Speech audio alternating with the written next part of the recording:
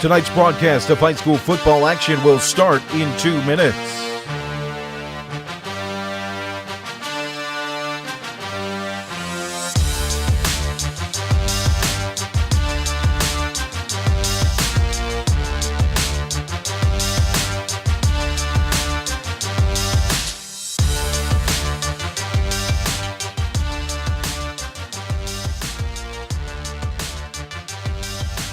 Tonight's broadcast will begin in 1 minute and 30 seconds.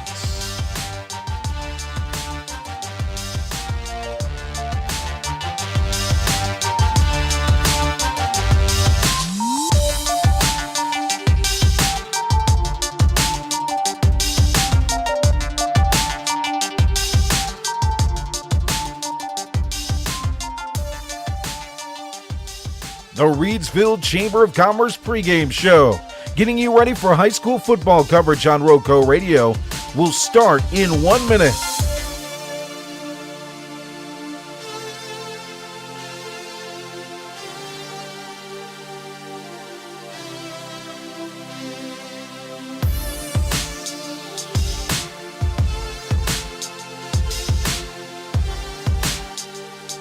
Reidsville Chamber of Commerce pregame show and Friday night football coverage under the lights will begin in 30 seconds.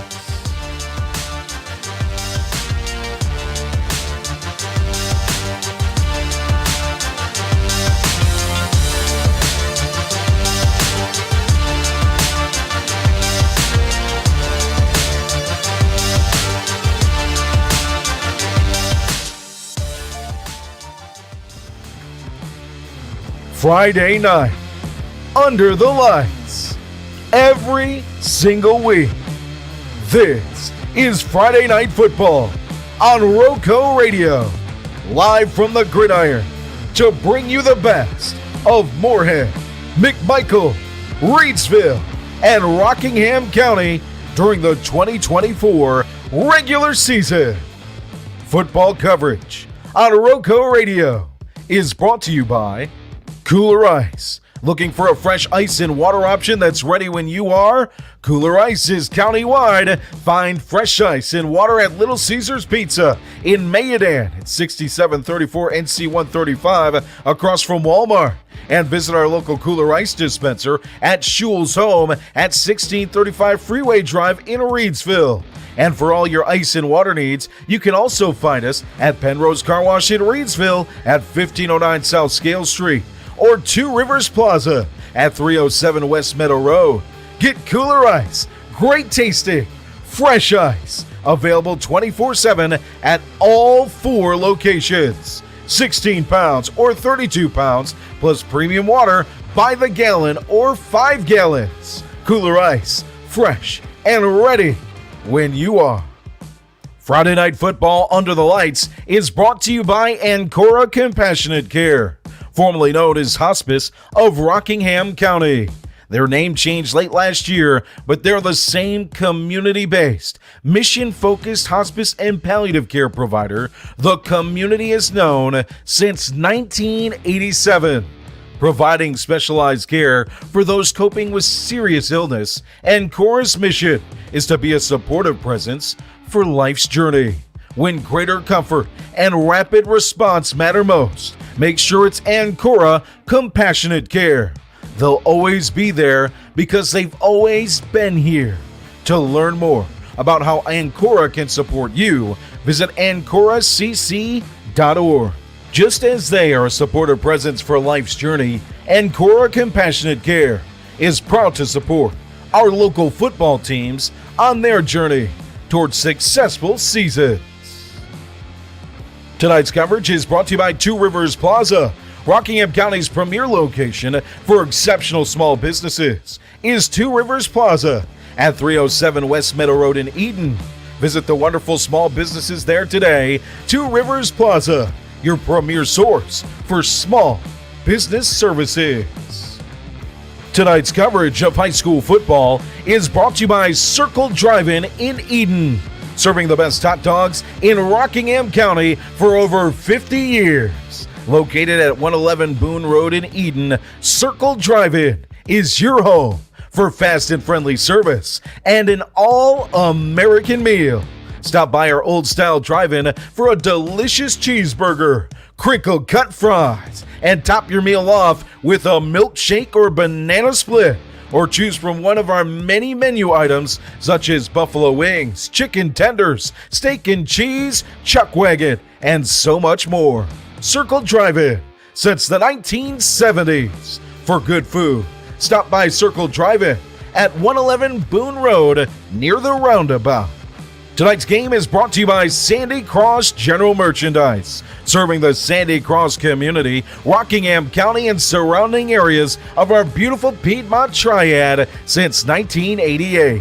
Rockingham County's community store, located at 164 Boyd Road in the Sandy Cross community of Rockingham County, celebrating our 36th anniversary. Stop by Sandy Cross General Merchandise for local pure brand gasoline with the cheapest price in Rockingham County for 93 non-ethanol.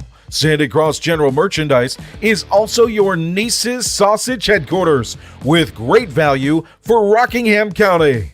To find out more about the Log Cabin Store, visit us on Facebook by searching Sandy Cross General Merchandise.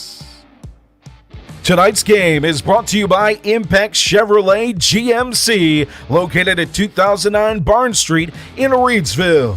When you are in the market for a new or pre-owned vehicle, look for the difference at Impex Chevrolet GMC. We have an unbeatable selection and world-class service. Choose from over 1,500 vehicles of every model, shape, and price range. With our big city selection and small town hospitality, you are sure to find just what you are looking for. Shop at one of North Carolina's biggest and best dealers. That's Impex Chevrolet GMC at 2009 Barn Street or at ImpexChevroletGMC.com. Friday Night Football coverage is brought to you by Pennrose Carwash, voted #1 car wash in Rockingham County. Pennrose Carwash at 1509 South Scales in Reidsville has been serving the Reidsville and surrounding area for over 50 years. Established in 1970 by well-known entrepreneur Leo Rentz, this popular venue welcomes everyone. Pennrose Carwash open 24/7 and find us on Facebook.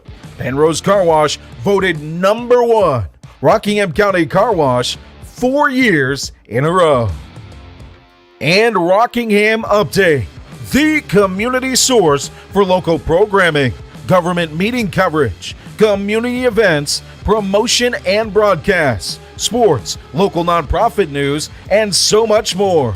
Providing digital community news on all platforms since 2007, RockinghamUpdate.com aims to serve Rockingham County with the dependable information and coverage it deserves. For local programming, including local meeting coverage, sports, local nonprofit news, events, and more, visit RockinghamUpdate.tv, your #1 IPTV station in Rockingham County. For a full list of programming and to watch live, visit RockinghamUpdate.tv.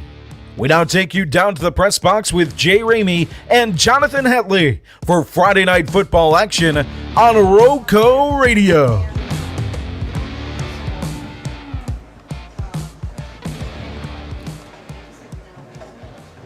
Welcome in and thank you for listening to tonight's pregame show. It's the Reidsville Chamber of Commerce pregame show. Tonight's pregame show is brought to you by the Reidsville Chamber of Commerce and Reidsville Visitor Center, located at 140 South Scale Street in downtown Reidsville.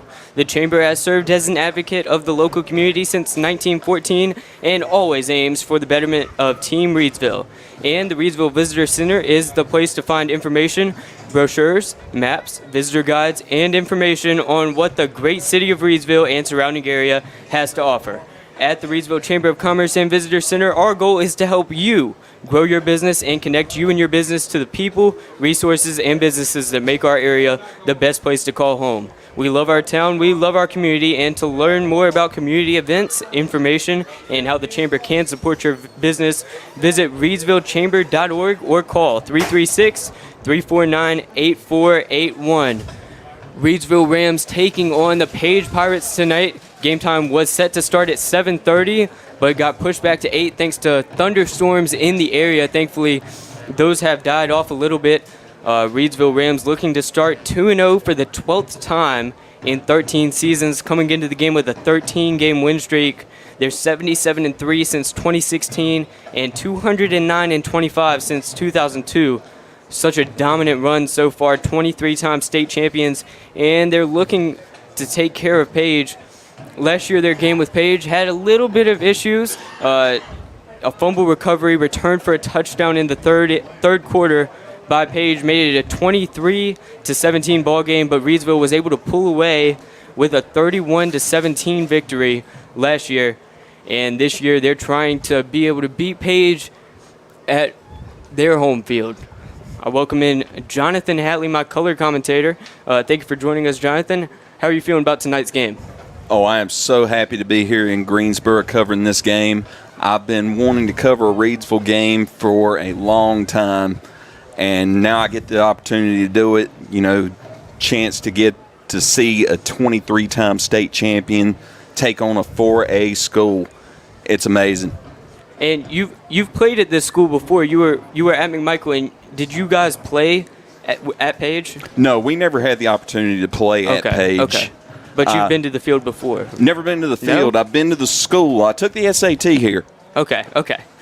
Well, a beautiful field, and clouds still in the area, but it doesn't look as dark as it was earlier. Hopefully, the Reidsville Rams and the Page Pirates can get this underway without any thunderstorms, but it looks like, according to the radar, that's kind of out of our vicinity so far. Reidsville, as I mentioned earlier, trying to take a 2-0 record. Last year started off kind of bumpy. I think 5 games into the season, they lost one. A lot of their games had only been decided by 2 touchdowns or less, which isn't much by Reidsville standards, and hopefully they can take down the Page Pirates tonight. Yeah, Reidsville, they like to get out early and they like to get out often. They like high-scoring games. They're all about offense, but last week against Western Alamance, their defense was great. They played lights out, only gave up 3 points, contained a guy that's probably looking at possibly being a Division I football player in Newton for Western Alamance, and held him to no touchdowns. He had some yards, but, a guy like that, he's going to get his. Yeah, and Reidsville tonight taking on the 5-time state champions Page Pirates, 4A school, a lot bigger than Reidsville. Kalen Hand coming in. Kalen Hand was at T.W. Andrews as a coach for about 7 years. He said everyone wants to be here at Page. This was his goal to become a head coach at Page, and he said he immediately took the job when they gave him the call. So you've got a guy who wants to be here, coming off of a rough loss against Dudley, but last year they were coming off of a loss against Dudley in which they only scored 1 touchdown. Same exact scenario now, and they were able to rebound last year and make it a competitive game with Reidsville after their big loss to Dudley. So I think they could do it again this year. Right, and as we said in our Gridiron show, Dudley is speed-based. Dudley is always fast, and I don't know what the matchup issues were last week, but I imagine that Coach Han and the Page Pirates sorted all that out in practice. And I look for a competitive game tonight. Yes, sir, and Kalen Han, we're about to get to his interview. Just mentioned new to the school. Page, they've produced 7 different NFL players. It's a big school. Reidsville's produced some NFL talent of their own. But in one of our interviews that we did with Eric Teague, he alluded to the fact that Page is a big school. Do you think that there will be kind of in the back of Reidsville's minds that this is a bigger school tonight, or that they'll just be used to it? Well, Reidsville,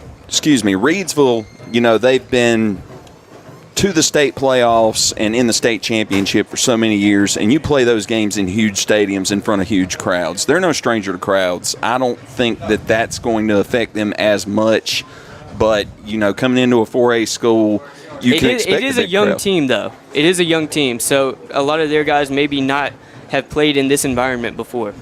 That's true, but the core of the team, the guys that have been standouts, they were all with the team last year, and you're exactly right. The majority of them played in the state championship, so they're no exactly stranger right. to the big time. Yep. So we're about to get to this interview we did with Kalen Hand. Kalen Hand is the head coach of the Page Pirates, new to the team, looking to get his school's first win as a head coach. You can hear from him right now. I'm Ramey of RoCo Radio, and I'm here with head coach of the Page Pirates, Kalen Hand. Kalen, coming off of a kind of a rough week against Dudley, how does the team bounce back after a loss like that? It's the way you respond. We always talk about it's 10% of what happened and 90% of how you respond. So the way we bounce back, we have to respond with a bang, and we got to make a statement tonight. Definitely. We do not care about what happened last week. We're moving forward, and we're here to go. So you got the sense from your team that everybody was just locked in on the Reidsville game, not the one from last week, because you can't do anything about that. Yes. We're all locked in on Reidsville. One Saturday hit, we kind of licked our wounds and on to Reidsville. And we've been focused on Reidsville, watching a lot of film, preparing for those guys because that's another good program. How did practice look this week? Practice was great, a lot of energy. People were flying around, and people are eager to get a win around here. So I think the players are ready to get a win, so I'm excited to see what they do tonight. And how do you contain a player like Deontay Neal who can do just about everything? It's not easy. He can do, like you said, just about everything. But you got to contain him the best way you can. Try to keep him in the pocket, make him a thrower. But at the same time, it's easier said than done. And we got to make sure the other guys do not get anything too as well. Because sometimes when you have a great player, they're going to get theirs. But we got to make sure nobody else get theirs, and we got to slow him down as much as we can. Does Page's offensive strategy change going up against Page or going up against Reidsville's defense, or is it about the same as it is every game? We got a quote in our 3 sets of 3 is about how we play, not who we play. We don't necessarily change up with who we play. We make sure we understand how we play, and I think our biggest focus is on that, making sure we correct those mistakes that we did last year and play with a different sense of urgency. And I think that we'll have some success once we do that. Are there any nerves coming into tonight's game? You mentioned that Reidsville, kind of a powerhouse around here, but it's a storied rivalry, neck and neck. I think it's 5-4 all time ever since Reidsville became the Rams. They're 2-3 against Page. So big rivalry. Is the team feeling that, or are you feeling that? They know that that's a state caliber team, state championship style team. So any chance you get to knock off or beat a state championship style team, it puts you on the radar. So we are, extremely psyched out, geeked up, ready to, come out and win tonight and make that statement and put our names back on. And as far as the rivalry goes, we try not to look more into that, but you always want to win whatever chance you get. So, if it's 3-2, we're going to try to tie it up tonight. So you're not looking at it as a roadblock, but you're looking at it as an opportunity for Page to prove themselves. Exactly. This is an opportunity to make a statement, to let the world know that we're coming back, because Page needs to come back. That's the goal. That's what a win would mean to you tonight. Yes. I'm sure it would feel good. First win as a head coach, right? Especially for me as a head coach, I'm itching just like the players to get that first win. But it's about Page. It's definitely about Page. Page needs this. All right, thank you, Coach. Hey, no problem.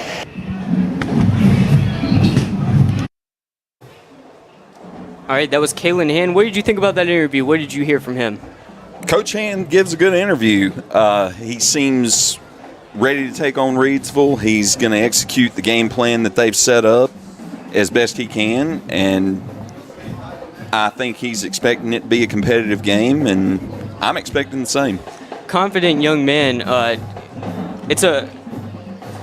You like having a young coach who also feels confident. He doesn't seem to have any imposter syndrome about being the head coach. He seems to know that he's capable of doing it. He wants the team to stick to what they know they can do, and I like that what I've heard from him so far. Page hasn't won a title since 2011, a state title that is, and Kalen Hand did an interview with Greensboro Sports in which he said that he brought back Alex Boykin since playing at Pembroke with him as his new offensive coordinator. Boykins also worked at Smith and Ragsdale, so you're bringing in a guy as your offensive coordinator who's been around, he knows what he's doing. And then he also said he brought back James Summers, who led the team to that state championship in 2011 to bring back that championship DNA that Page has. But he's not looking to change the heritage. He's looking to bring it back. He's looking to bring back that championship DNA that Page has, and I think that he's the man to do it. Young coaches bring youthful energy, and that's something that you like at the high school level. Experience means a lot, but he has experience playing, he has experience coaching in an assistant's role, that sort of thing. That youthful energy, that can be a major motivator for these high school kids. Yes, and he also seems to focus on the talent he has. He said in that interview that talent wins, and you have to have it, but you've got to work with it. Work with the talent you've got. Every team's got a certain amount of talent. You've just got to tap in to the talent you've got. Right. You plug your talent into your system as best you can, and there comes times when you have to change the system. We've had teams within the county that have had to do that this year. And, he seems to, just watching him warm up here, I'm seeing a lot of spread option type stuff out of him, so we can look to see a lot of option tonight, it looks like. And Reidsville runs just about every style of offense you can imagine, so it'll be definitely an entertaining game. So talking about Reidsville, did an interview with head coach Eric Teague. You can listen in right now. I'm Jay Ramey of RoCo Radio, and I'm here with coach of the Reidsville Rams, Eric Teague. Coach, does it feel differently coming into this season with a ring on your hand and a championship ring as a head coach on your hand, and a year being a head coach under your belt? Yeah, it's definitely a little bit different from being a first year, with zero experience as a head coach, to coming back and then being a state championship coach. I think just whether you're a better coach or not, I think people kind of have that idea that this guy might be a good coach, they won a state championship. But it's definitely a lot different feeling. Everything's not brand new, so even though it's just 1 year of experience, it feels good to get one under my belt before we start the season. Kind of a small sample size, but you had a better start this year through just one game than I guess you did last year. Do you sense more buy-in from the players now that you've proven yourself as a bona fide head coach that can get the job done? Probably, not as much as buy-in as last year. We had a lot of injuries early on. There was kind of a lot of new pieces here and there that we weren't sure about, and then we were playing some good teams early in the season. Western Alamance was a little bit more well-rounded last year than they were this year, and they gave us a run for our money last year. And then Page tonight is a 4A program. It's always really good historically and always has really well coached and plays hard, so they're going to give us a tough matchup across the field. So I wouldn't necessarily say more buy-in this year than any other year. It's just kind of dealing with a lot of different stuff going on last year with injuries and things like that, and working out the kinks, especially as my first year as a head coach. So hopefully get that ironed out a little bit quicker this year. Yes, sir. Every year is different. So big win last week. To nitpick, what do you think the team could improve on that you would like to see tonight? Offensively, penalties. We had several explosive plays called back. Touchdown, a really nice throw and catch by Deontay to Jeremiah Cobb. We had a long pass down the sideline that was called back for a holding. So just penalties, things like that. We had a couple pre-snap penalties. People moving around while we're trying to get the ball snapped. It's kind of what we've been trying to work on cleaning up this week. And then defensively, we came out giving out a lot of effort, but then we started kind of running out of gas. In third quarter, people started going down cramps like every other play. So we're just trying to talk about getting in shape this week and hydrating and just trying to take care of our bodies, and so that we're able to play on Friday. So there's a couple things we focused on this week. Yeah, the whole summer off as opposed to now you're back in the swing of things. I expect the cramping will go down, and I think all schools kind of struggle with penalties, especially first week back in. You've got new players. The old players are still getting readjusted to fall football again. So moving on to tonight, historically, Reidsville and Page have been neck and neck in their games with like 5-4 Reidsville's way. What would it take to shut the door on the Page Pirates tonight? We're going to clean up those things that we struggled with last week with the penalties. I think we can maintain our efficiency on offense, move the ball, get first downs, find a way to put the ball in the end zone. And then on defense, we got our mentality on defense is 11 gold hats getting to the football. So if we can have good pursuit and get to the ball carrier and stop some of their playmakers, that gives our defense a good chance to make stops, and then a good chance to win the game. So establish yourselves early on offense and, stay consistent throughout the game on defense, take control of the penalties. That's about it. Yep, and turnovers are always big, so we preach ball security. We had a big ball security day on Tuesday. We had 2 turnovers last week, so that was another thing I forgot to mention. And then trying to force those on defense too. Especially when you're a big play team that can have these crazy, 50-yard touchdowns, ball security. If you can get that down with the ability to pop up for a huge play, you've got it nailed down. All right, that was Coach Eric Teague. Thank you for your time. Yep, thank you. Thanks. That was Coach Eric Teague that you listened to. Hatley, what did you glean from that interview? Well, Coach Teague wants to play a clean game as far as penalties go. His offense is going to do what his offense is going to do. They had a great game defensively against Western Alamance last week, and they are looking to continue that success. But you're talking about he talked about injuries and cramping and that kind of issues at the start of the year last year. And with the cooler weather and the rain earlier, that may not be as big a factor, but it's still early in the season. Your conditioning's not completely at 100%.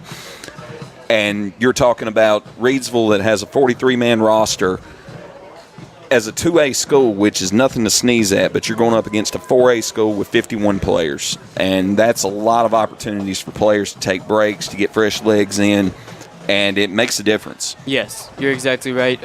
Working against a bigger school. Both teams look like they're confident, warming up right now. Have you seen anything of note that you could tell our audience? I'm seeing Page run their bases, ran a few base plays, misdirect, counter, option type stuff out of the spread. Reidsville's just doing standard pitch and catch type stuff. They don't even have their pads on right now. They're just going through their paces, getting their warm-up in, not really showing anything as far as actual plays. They're just doing their thing. So I notified everybody in the comments the start time has been backed up to about 8:15. We were looking at an 8 o'clock start time, but now there's 20 minutes left on the scoreboard. These teams getting some catches in. Reidsville doesn't have their pads on yet, but Page Pirates out here ready to play. They've got their helmets, everything. But both teams still have 19 minutes to get ready for the game.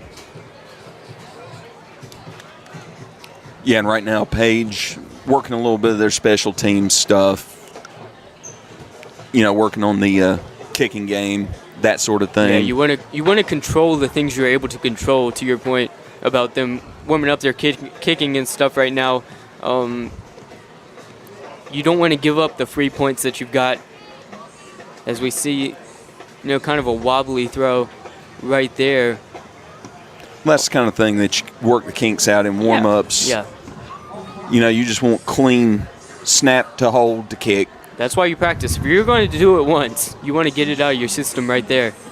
Oh, absolutely. And these warm-ups, I was a kicker in high school, and just that exchange between the long snapper, the holder, and getting the foot into the ball and putting it through the uprights, it was a major confidence builder. We're here at the Reidsville Chamber of Commerce pregame show. Tonight's pregame show brought to you by the Reidsville Chamber of Commerce and Reidsville Visitor Center, located at 140 South Scale Street in downtown Reidsville. The Chamber has served as an advocate of the local community since 1914 and always aims for the betterment of Team Reidsville. And the Reidsville Visitor Center is the place to find information, brochures, maps, and visitor guides on what the great city of Reidsville and surrounding area has to offer. At the Reidsville Chamber of Commerce and Visitor Center, our goal is to help you grow your business and connect you and your business to the people, resources, and businesses that make our area the best place to call home. We love our town, we love our community. To learn more about community events, information, and how the Chamber can support your business, visit reidsvillechamber.org or call 336-349-8481. 17 minutes away from kickoff, we'll be bringing you the Star Spangled Banner when it takes place. Looking forward to this matchup between the red and black and the navy and gold. Reidsville traveling to Page Pirates Stadium, Marion Kirby Stadium, for a big Week 2 matchup here on August 30th. As you move into September, you want to go into that with a lot of momentum on your side.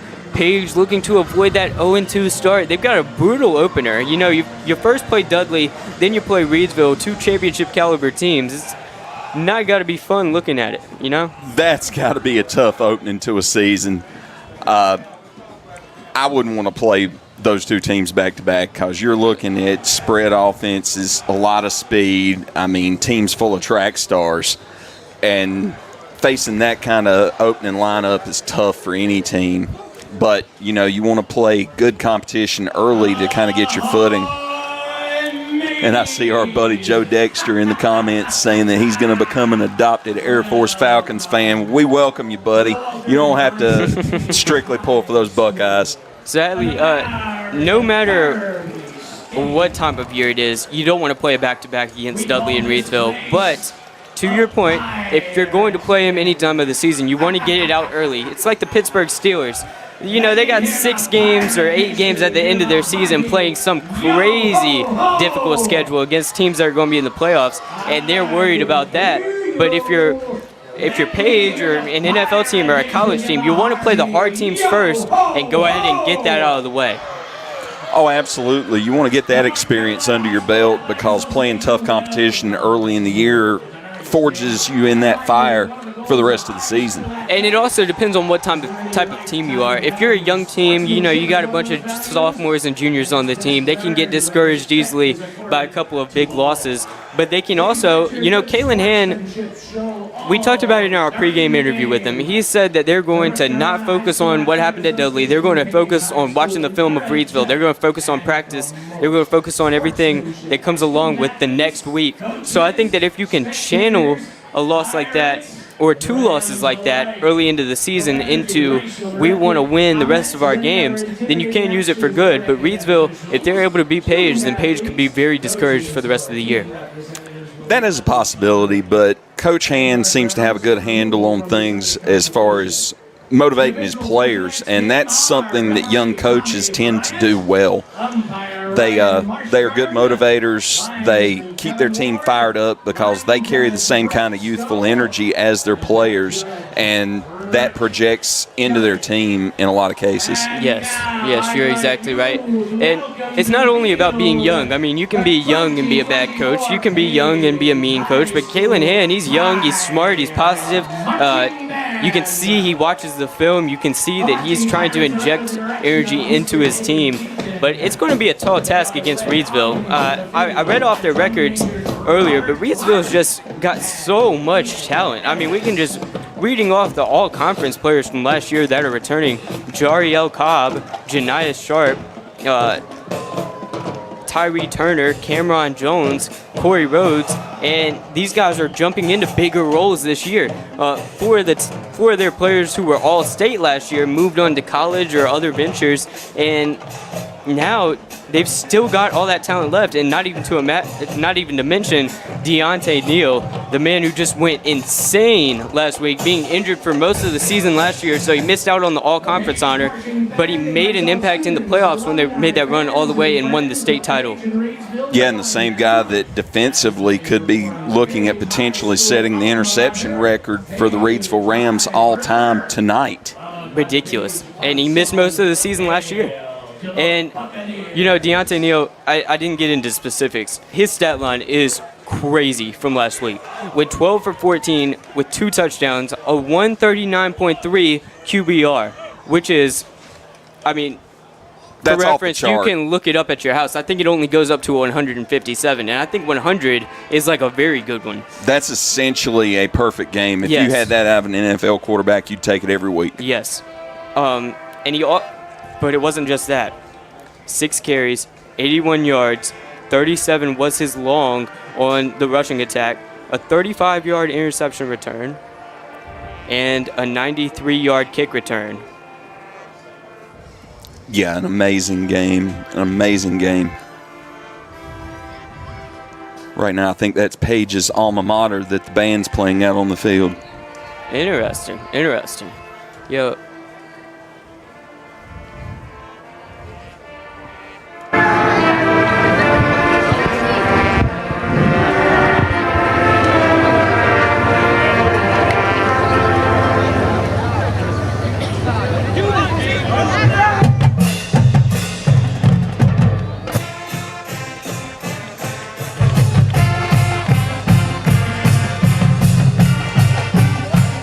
So as you can hear, Paige's band is really into it. The fans are here. It looks like they're having some sort of special night. The Pirates leaning in heavily to that team. But the visitor side, I don't know how many of those guys are Reidsville fans, but it's really packed house on the visitor side as well.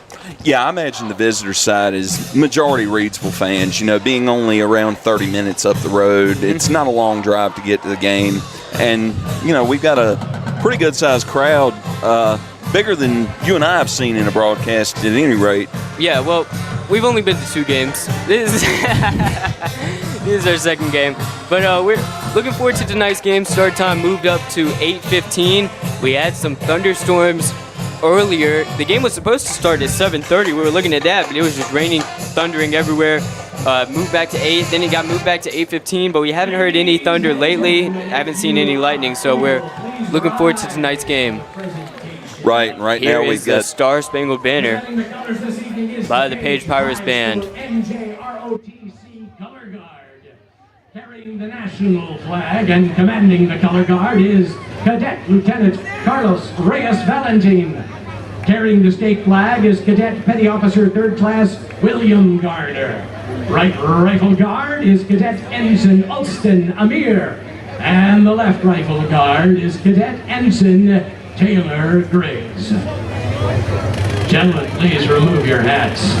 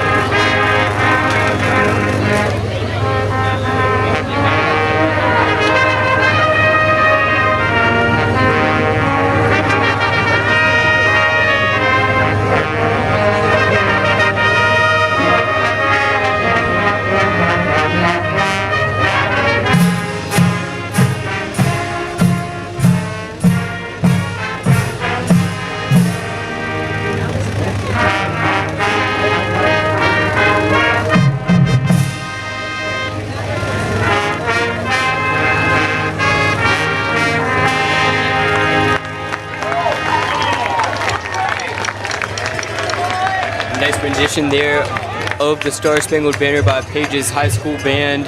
8 minutes, 21 seconds away from kickoff. Paige's band still in the field there in raincoats right now. Yeah, the weather report that I'm seeing says it's raining right now. I'm not noticing anything being if right you up look here at at the our lights, window. you can see it. If you look at the lights, you can see that there's a little bit of a mist drizzle, fall. but it's like nothing compared to what it was earlier. It was a downpour about an hour before the game. I was worried about the game being able to be put on, but a good thing about the turf field is what you were saying before the game is that it drains easily. Doesn't look like it'll affect the playing at all. Nice high school football atmosphere here tonight as the Paige Pirates host the Reidsville Rams Marion Kirby Field. A lot of fans here on both sides, band out there having a good time. Reidsville working on some plays back in there inside the 20-yard line on the right side of the field as the sun has set in Greensboro. Yeah, I'm waiting to see how this Page student section gets into this game. They're all down there dressed like in the Greek togas, and I like a rowdy student section. I came from a environment in college where the student section was the rowdiest I've ever been around. But when you get 4,000 cadets screaming for the Air Force Falcons, it is amazing. Yeah, I don't think it's so much a rowdy student section as it is an enthusiastic one. They look more excited than they are going to get in trouble. They look ready for football. All decked out in white towels. I think there's some sort of theme night. Yeah, it looks like toga. It looks like the toga party in Animal House down there. I didn't see the light until I was old. And they got the mascot down there on the track. These 4A schools are fun to come and watch. And here comes the coach and their players for the Page Pirates to a rousing applause by the student section. Fans are on their feet as Coach Kalen Hand high-fives every player that busts through. Yeah, the way they bring their team in. Super enthusiastic crowd. The way they bring their team in, coming right down the center of the home stands, that's a cool thing. Yeah, coming down the steps, great high-fiving the cheerleaders. If you're just joining us, Reidsville Chamber of Commerce pre-game show. We're having a great time already, 5.5 minutes away from kickoff. This game was slated to start at 7:30. Got pushed back to 8:15 because of thunderstorms, but now that is out of sight and out of mind as we look forward to football. The band and cheerleaders lined up as Reidsville huddles in the right-handed end zone. Page Pirates in a huddle right now as the band lines up. They're on the hash marks in the middle of the field. And Page is gathered up in that north end zone, Reidsville in the south end zone.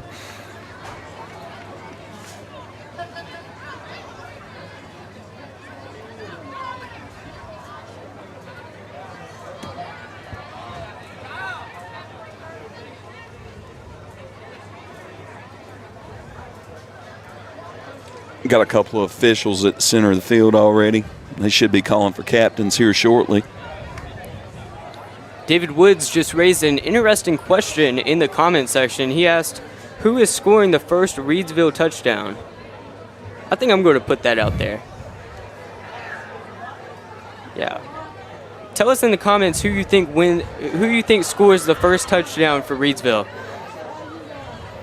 Well, I don't know if I have the script like Dave and Joe have sometimes. This is only my second game, and I'm not quite as seasoned as they are, but you give me Air Force commit Jariel Cobb. You're going to be a little bit biased towards Jariel Cobb, aren't you? Yes, I am. Yeah, yes, you're wearing I am. the Air Force polo, Air Force hat. Yes, I am. I'm looking forward to seeing what he does on Saturdays in a Falcon uniform. And I'm looking forward to seeing what he does tonight.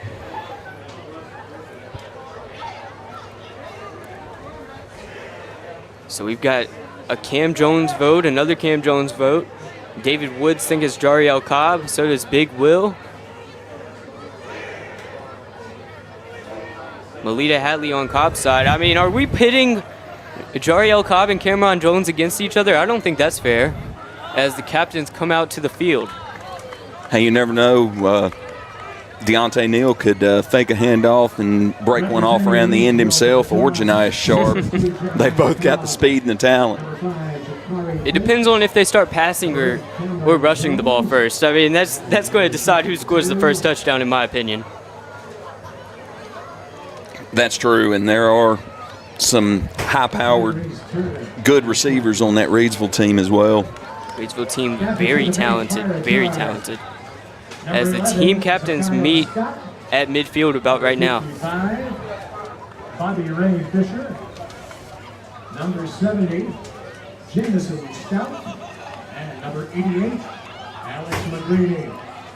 Page's captains are as follows: Zakine Scott, Ahmed Mayhew, Alex McGreeny. And looks like And Jamison Stout. Bobby McRae Fisher.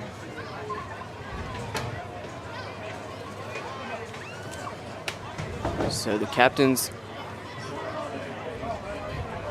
shake hands at midfield on that giant red letter P, middle of the field.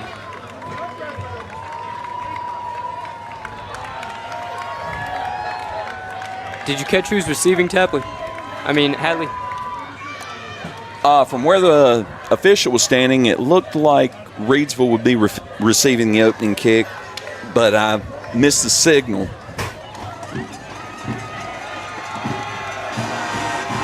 So Reidsville, very hyped up, runs to their sideline. Boos pour in from the home side of the crowd, but Reidsville pays no mind as the Page Pirates run out to an uproarious applause from the Page Pirates student section, waving a Pirates flag.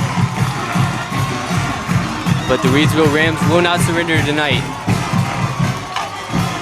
The band plays, kickoff set to take place anytime now.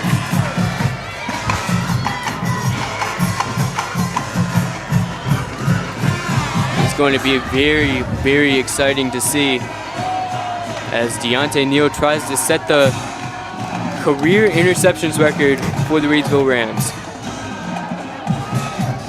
And that's a big part of that's going to depend on how many snaps he plays on defense, being an integral part of their offense and possibly needing rest time. That might not get him a whole lot of time on the defensive side of the ball. Yeah, he put up a ton of yards, all-purpose yards last week, as Page gets ready to kick off to Reidsville to start off this game. Reidsville will be receiving, going left to right on that north side of the field. They've got a few guys back there.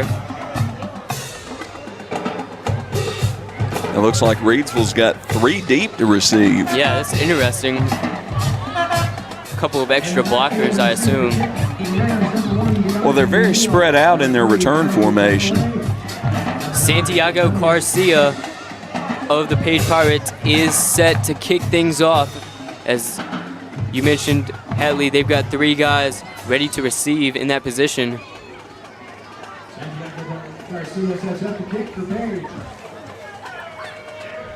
So here we go.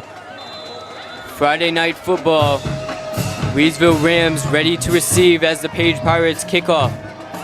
Santiago Garcia lines it up and puts the boot on it end over end. Inside the 5-yard line, here's the return. He gets through. He's got a hold. He's got a hold. 45, 50, 40, He gone. 30, 20, He gone. 10. Oh, man. Oh, man. Corey Kooler Rhodes. Ice touchdown. What a return, 95 yards. A 95-yard Pennrose Carwash Kooler Ice touchdown on the first play of the game.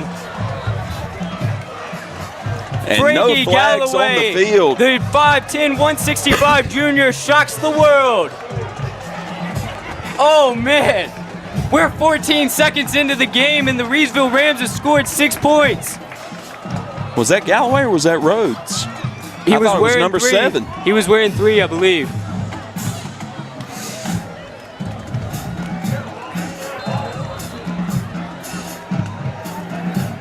They've got 1 center, 5 offensive Water linemen. bucket.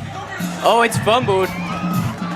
And they're not going to return it. 6-0. 2-point conversion Reidsville failed. Rams missed the 2-point conversion, but they're 14 seconds in with a 6-0 lead.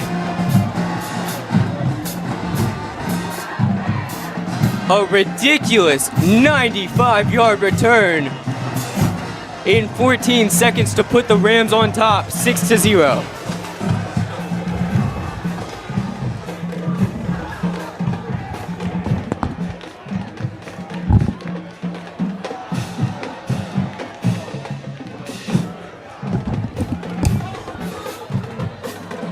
So everybody in the comments was wrong. Frankie Galloway scores the first touchdown of the night. I stand corrected on that one. I thought I saw 7. In ridiculous fashion. Well, there was 7, there was 9, everybody out there. Corey Rhodes was in the backfield, everybody. Woo! What a beautiful return, though. Found the Oh, my goodness. Found the seam and just hit it. No one was catching him. Brady Barrett, the senior, 5'10", 145, gets ready to kick off. Oh, a sky kick. And he skies it almost out of bounds. It He did does go get it out of bounds, At so the about flags 40. fly at the 40-yard line for the Page Pirates. Beautiful blocking job by Reidsville as Galloway busted through the seams and got all the way into the Pirates' end zone.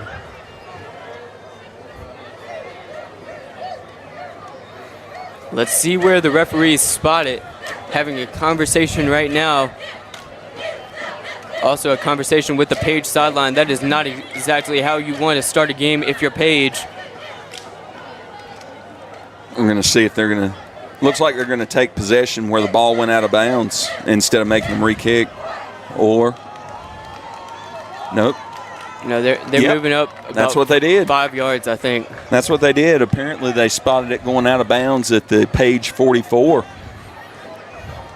So Page Pirates, the first official offensive snap we've had tonight. 2 receivers inside, motion in the front as he hands it off through a seam at the 50-yard line. Number 50 is brought down by the Golden Helmets. Nice little inside give out of the shotgun formation there.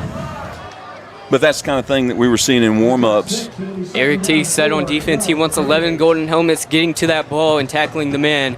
And it took a team effort, but they brought him down at the 49. Little off-tackle misdirection play. 2nd and 3, 2 receivers far side, 1 near side. They've got a tight end lined up. Reidsville has Shotgun 4 up formation. front. Handoff. He is going to get that first down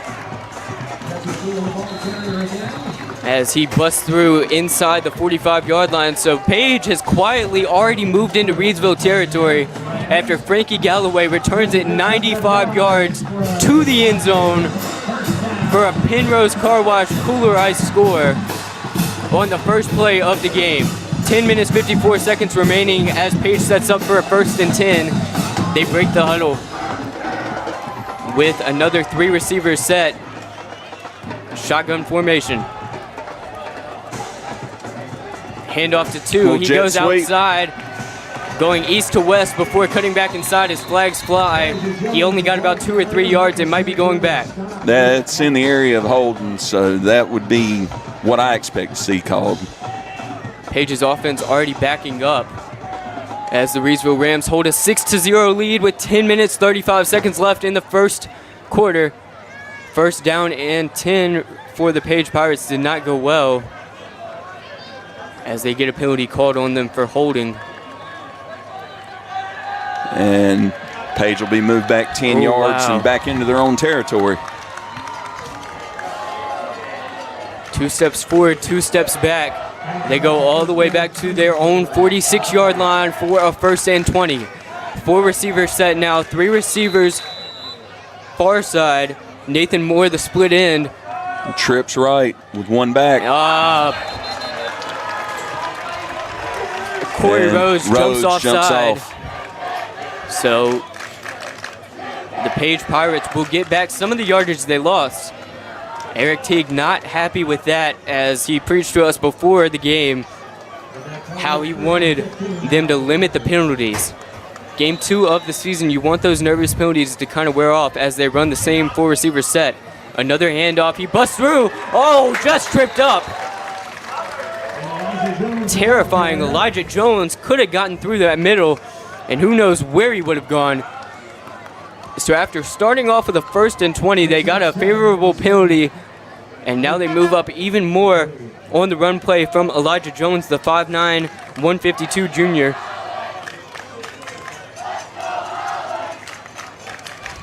Yeah, Reidsville's running a lot of stunts out of that 1 high safety defense. 5-man front, looking like a blitz. Oh, he busts through. It's going to take an army to tackle him as he gets to the 35. Page Pirates fans getting into it. Very happy right now. That was just a power run right there.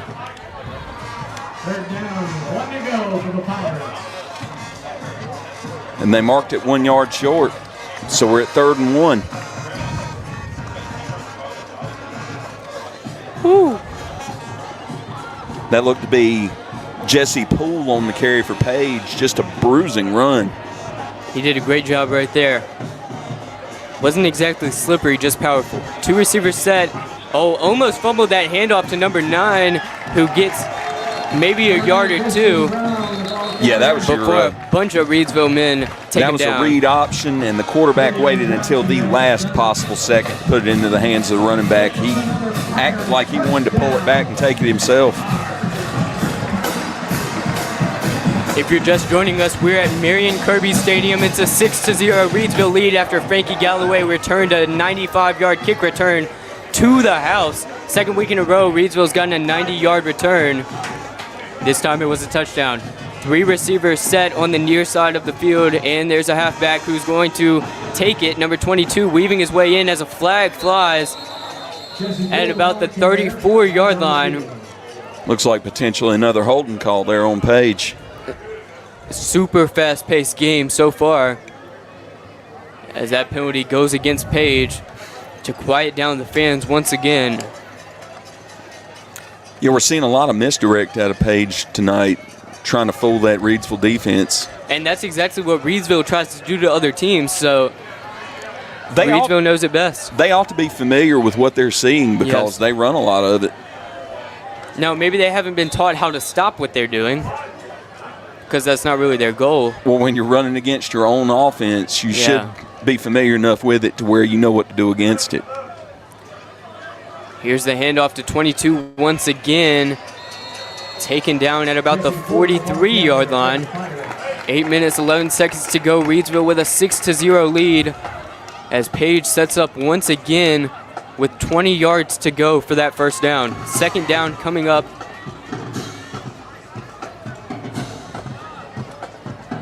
Yeah, and that Page quarterback, had he kept that on that option, he had a lot of green there to the outside. Reidsville's going to have to stay home on their assignments. Page running a spread option, but they've run it almost every play. I don't think we've seen a pass from them yet. Second down and 19. There's a pass. He's going to throw it, and it's almost picked off. Oh, knocked down. Almost picked off. It looked like he had it in his hands. Good coverage on the play. But it sets up a 3rd and 19. Couldn't be happier if you're a Reidsville fan with that play. Looked like a little quick out, and Reidsville's defender was just on it. 7 minutes, 33 seconds to go now.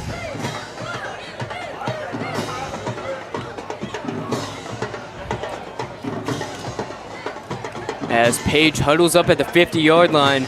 Not sure if they're going to go for field position here. It's kind of a bad spot you're in at the 42-yard line with that many yards to go. And that looked like Rhodes on the coverage. So Nigel Reidsville's Henson defensive backs playing well off the ball. Back in motion as the play is whistled dead before the snap. Was that a penalty against Page again? Yeah, it looks like a delay of game penalty. The play clock's at 0. Do you think they did that on purpose for field position or no? I mean, unless they're planning on just taking this as a run up the middle and then punting, I wouldn't see why you would do that. So Nigel Henson lines up with a man in the backfield. Oh, they're He's going to on that throw. orbit. He airs it out, and number 8, broken up. Nearly picked off. Nearly almost picked held off. on. Great coverage right there. Pearson Murphy was wide open. Deontay Neal just breaking it up at the last possible second and almost picking it off. It bounced off the ground. He thought he had it. So that sets up 4th and 24 for the Page Pirates. And who have we got back there Davion deep Barley returning? for Page. Looks ready to punt. Not typically a punter, more so a wide receiver, but he's going to kick it off. Deontay Neal signals the fair catch at the 16-yard line. Reidsville will be moving left to right as they head back to their sideline to regroup. And this is the first time that we're going to see the Reidsville offense tonight. So if you want to put in the comments who you think scores the second touchdown, we'd appreciate that because we kind of didn't have time to promote that after Frankie Galloway ran all the way to the end zone for a Pennrose Carwash Kooler Ice score in 14 seconds. So Reidsville's offense comes back out, starting at the 16-yard line, 7 minutes, 20 seconds to go, 6-0 lead for the Rams. Deontay Neal going to take the snap. Page in an interesting look. It looks about like Neal fakes the handoff and busts through. He's going to get to the 20-yard line for 4 yards on the QB draw. They look to be running the same defensive scheme as Reidsville with the one high safety, and it looks like a 4-4. Interesting.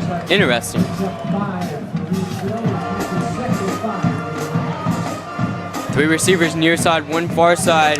Deontay Neal more has of a nickel Jariel Cobb in the backfield. Deontay Neal, quick screen pass before he is brought down with authority. Janiah Sharp received it at the 17-yard line and was just swarmed by Page Pirates defenders for a gain of -3.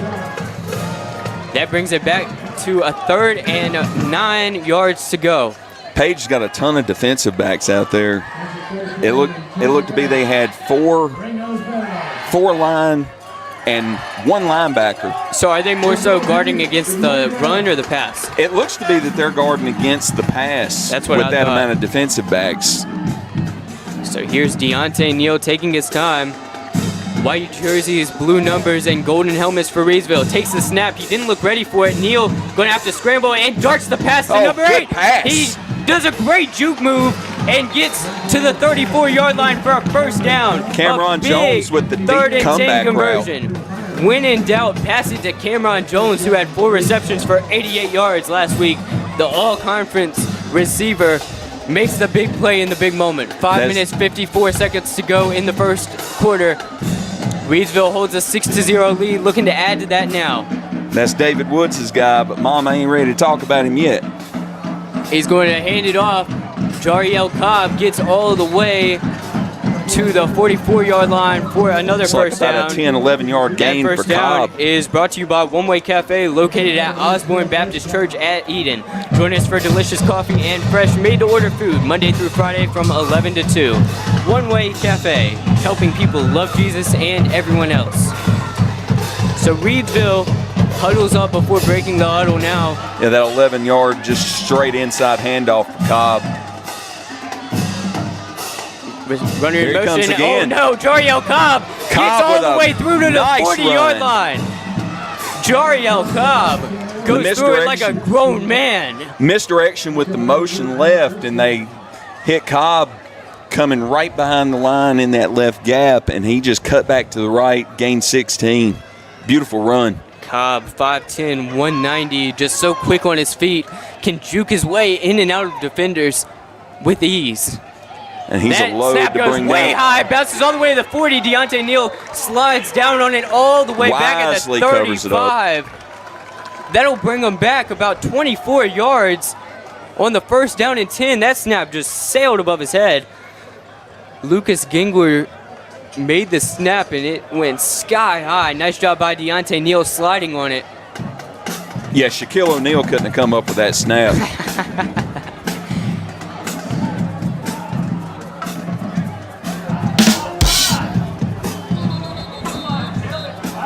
First down and 31, according to the scoreboard. So As a whistle blows. 21 on the bad snap. Sorry if I lose focus. There's a guy in a pirate suit dancing. Page Pirates fans still into it as they look to hold Reidsville. First and 31. Empty 5 backfield. receivers set. Deontay Neal going to take it and throw the quick pass to Cameron Jones, who breaks the tackle and gets to the 49-yard line. Respectable gain for 11 yards. Would have been a first down if it was first and 10, but they lost a lot of yardage on the bad snap that Deontay Neal had to go and get under. That was a good catch on a just an outside slant route. Not only did they have to go back 20 yards, but they lost it down. So now this sets up a 3rd and very long. Looks like they'll have to go about 20 yards. Deontay Neal's got a man in the backfield, 3 receivers near side as he bobbles the snap once again, rolls out, airs it downfield. He's got an open man. Oh no! Too long. Just overthrew Jakeer Penix. Deontay Neal fumbles a bad snap, tosses it to himself, rolls out to his right, and launches it to Jakeer Penix, who had a deep gain on his man, but he just overthrown a little bit. Penix was on that fly route, and Deontay just threw it a little too long, which that was a throw made on the run, running to his right, did not even plant. That was all arm. The talent is hard to describe. Very impressive. So Reidsville sets up to punt on a 4th and 21 at the 48-yard line. Every bit of 40 yards down the field to overthrow him.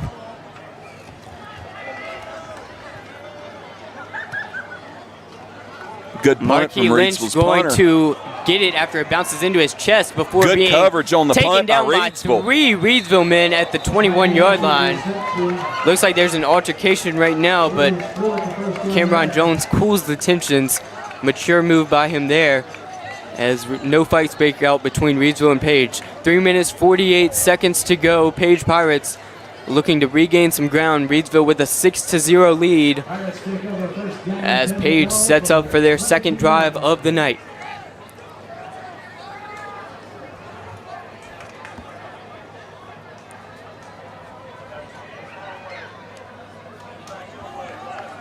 Joe, I'm glad you liked my sound effects. I had to play it once, and I don't know how many jokes Hatley's going to make, so the Shaq one, I had to play it. Give us another dad joke, and I'll play it again.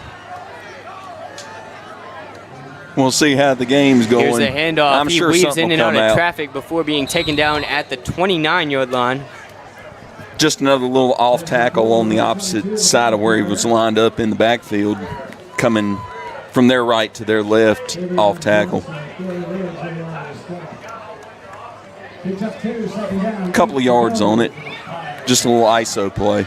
So we've seen a lot from Jesse Poole that we didn't expect to see. He's doing a great job, but now Nigel Henson has a man in the backfield, but he's also got receivers spread across the field, 3 of them out there. 4-man front by Reidsville as another handoff to Jesse Poole, who is taken down after a yard or 2.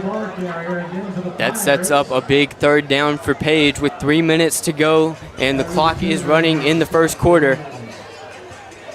Page has to be satisfied with that stop, even if some of those were self-inflicted wounds with the bad snap. You got to take advantage of that, and Page did just that.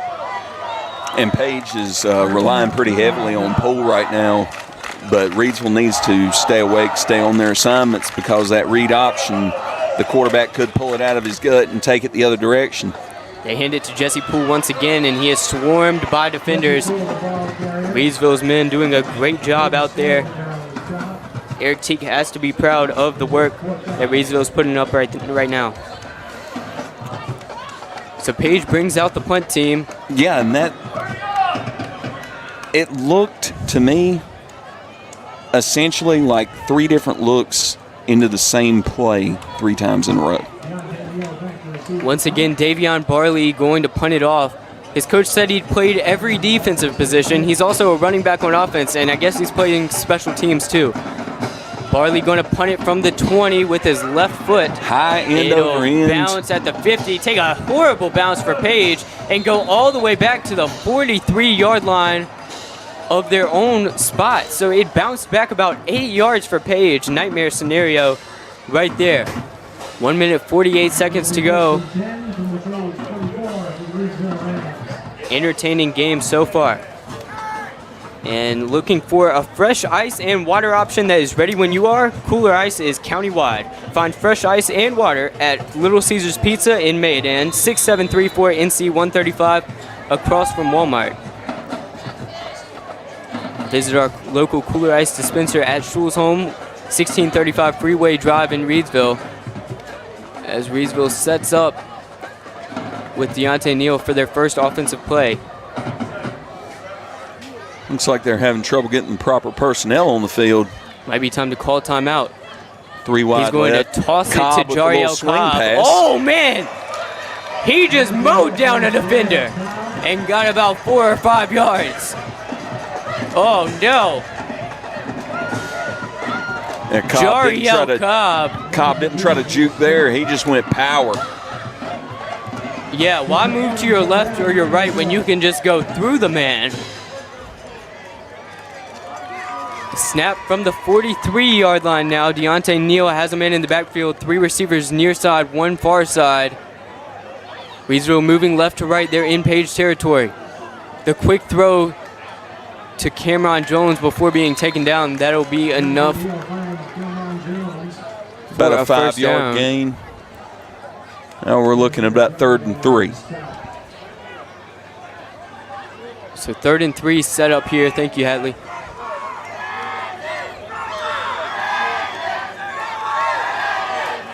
Doesn't look like they're going to go heavy set. They've got a lot of guys on the line, but they've also got 2 receivers near side and 1 far side. So a 3-receiver set. Page with a 4-man front. He's going to hand it off to Jariel Cobb, who gets to the 30 and some more for the first down with 30 seconds to go in the first quarter. 6-0 lead for Reidsville, but they're not satisfied with that.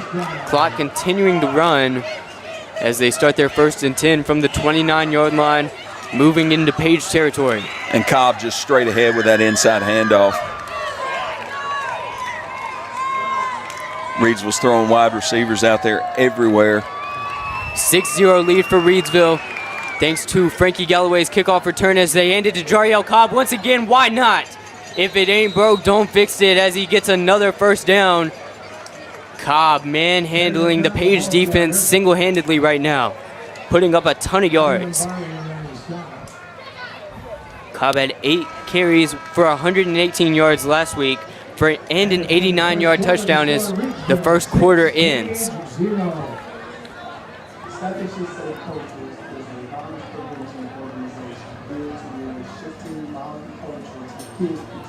Voted #1 car wash in Rockingham County, Pennrose Carwash, located at 1509 South Scales in Reidsville, has been serving the Reidsville and surrounding area for over 50 years. Established in 1970 by well-known entrepreneur Leo Rentz, this popular venue welcomes everyone. Pennrose Carwash, open 24/7, and find us on Facebook. Pennrose Carwash, voted #1 Rockingham County Car Wash 4 years in a row. And Kooler Ice, looking for a fresh ice and water option that is ready when you are? Kooler Ice is countywide. Find fresh ice and water at Little Caesars Pizza in Mayodan, 6734 NC 135 across from Walmart. Visit our local Kooler Ice dispenser at Schulzholm 1635 Freeway Drive in Reidsville. And for all your ice and water needs, you can also find us at Pennrose Carwash in Reidsville, located at 1509 South Scale Street, or Two Rivers Plaza in Eden, located at 307 West Meadow Road. Get Kooler Ice, great tasting fresh ice, available 24/7 at all 4 locations. 16 pounds or 32 pounds, plus premium water by the gallon or 5 gallons. Kooler Ice, fresh and ready when you are. I'll tell you, with the way that these two teams have been going at it and putting hits on each other, they might need that 32-pound option. Throw it in a bathtub tonight. You ever take ice baths in your playing days, Hatley? Not really. We were more get into the warm whirlpool type. Oh, wow. Are you even a football player?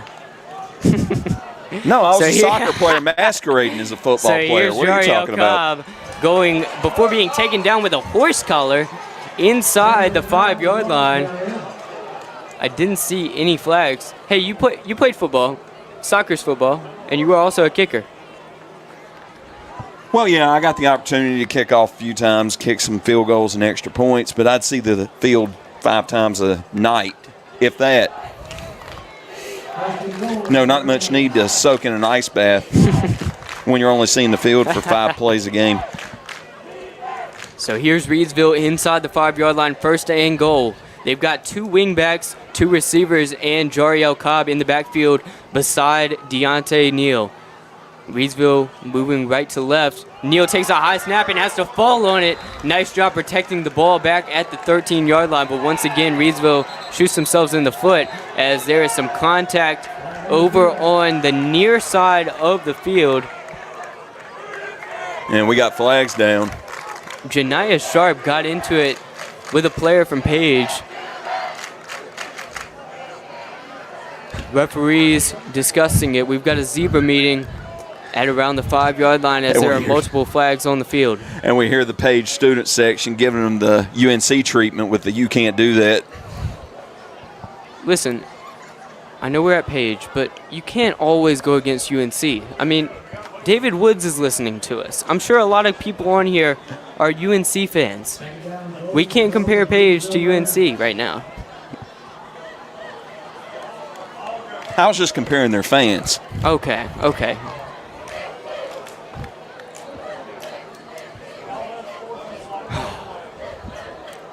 So Reidsville back on the field. Doesn't look like they backed up any yards. Maybe some penalties canceled out each other. 2nd down and goal now. Yeah, it appears it was probably an From the offsetting 11-yard penalty line. situation. Yeah, both players getting into it. High energy game. You've got it. I expected it at some time or another. Oh, yeah, in a big-time game like this where both teams want to win it so bad, you expect to see Pistol a little chippy formation. behavior. Oh, Deontay Neal rolling out to his left. He's going to keep going, and he's not going to toss it up. He tried to toss it as he was getting tackled. I wouldn't be shocked if that's an intentional grounding, but no flags fly. Not outside the pocket like that. Okay. I mean, he was almost over to the sideline when he threw it away. Yeah, Deontay Neal was getting dragged down at the time and just took it to the sky. Wouldn't have really lost any yards, but, it's hard to tell what position of the field you're in when you're on it. But that sets up a critical 3rd down from the 12-yard line. 3rd down and goal. Reidsville trying to extend their 6-0 lead and get that touchdown. And they're coming out in that shotgun spread. 2 wides left, 1 right. Here he goes. Deontay Neal floats it up to the Corner end route. zone. And a flag flies. That'll be That holding. looks like a PI. Pass interference. Janiah Sharp is happy about that one. Well, the Page defender had his hands all over him for the fans whole on route. the other one, on the other hand, are not happy at all. So Reidsville gets to breathe some new life into this possession. It'll be 3rd down once again. Well, with that pass interference, it should reset the first down. Oh, no, it moves up to a 1st down. Where are they going to take it from? Should be a half distance to the goal penalty So in high 6-yard school. line? Yes.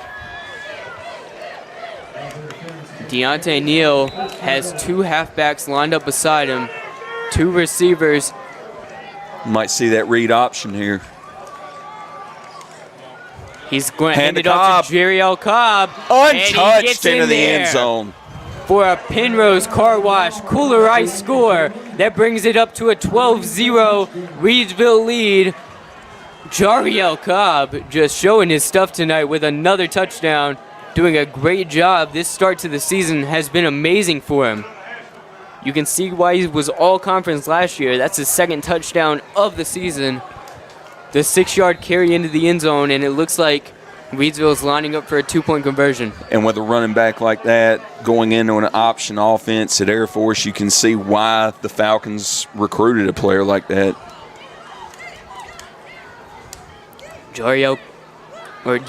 Deontay Neal going to take it, rolling out to his right, whips it in there, but he had 2 men pressuring him on the QB hurry.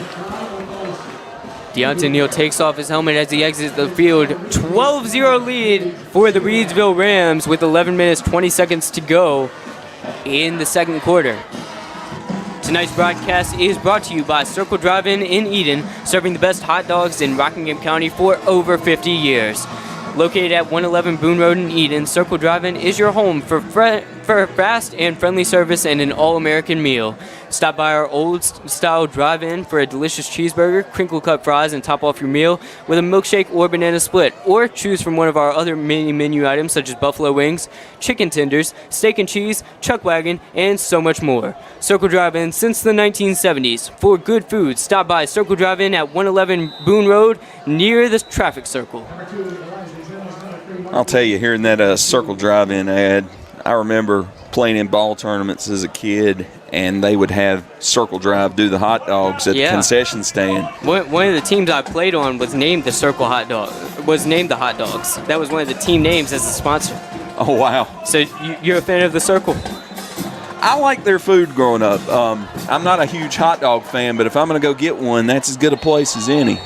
It looks like a man was injured on the kickoff as it was popped up to about the 43-yard line. No, he gets up and he's fine.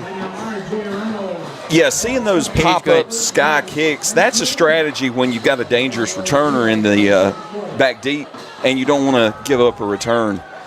Maybe Reidsville knows something we don't. Well, considering we haven't seen Page play and they had film of them, that does make sense.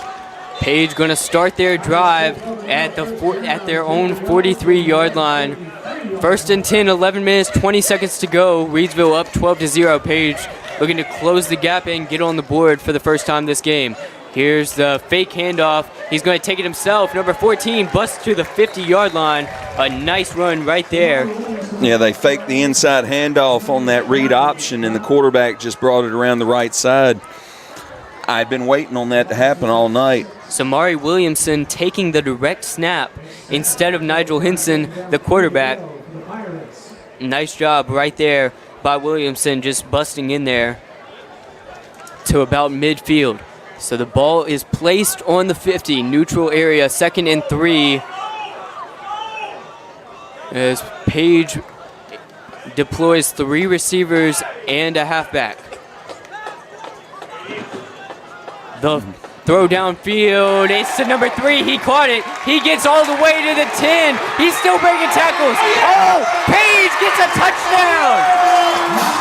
The crowd goes wild on an insane run all the way to the end zone. Marquis Lynch, the sophomore, 5'11", 150, takes it from the 30, breaks 1 tackle, 2 tackle, 3 tackles, and then a 4th tackle as he goes into the end zone to cut the deficit in half. Yeah, and he just found the little gap in the defense. Quarterback threw a perfect ball in there, and the receiver with the run after the catch did the rest. So Page with their 2nd touchdown of the season, lining up for the extra point. The kick is put through the uprights. It's now a 12-7 lead for Reidsville with 10 minutes, 26 seconds to go in the 2nd quarter. A nice job right there by Marquis Lynch, just finding that gap and going all the way. But he had some work to do while he was getting there. Oh, it was phenomenal.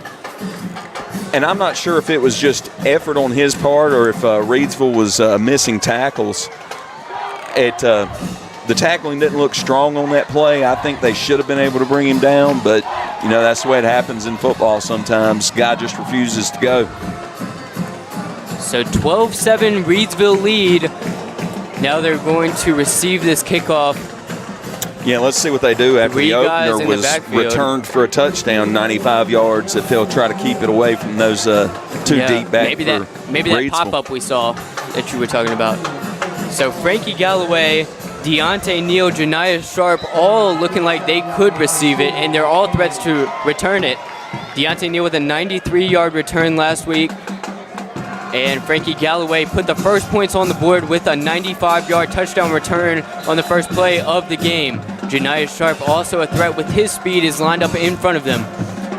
So they receive it on the south side of the field. Here's the squib kick.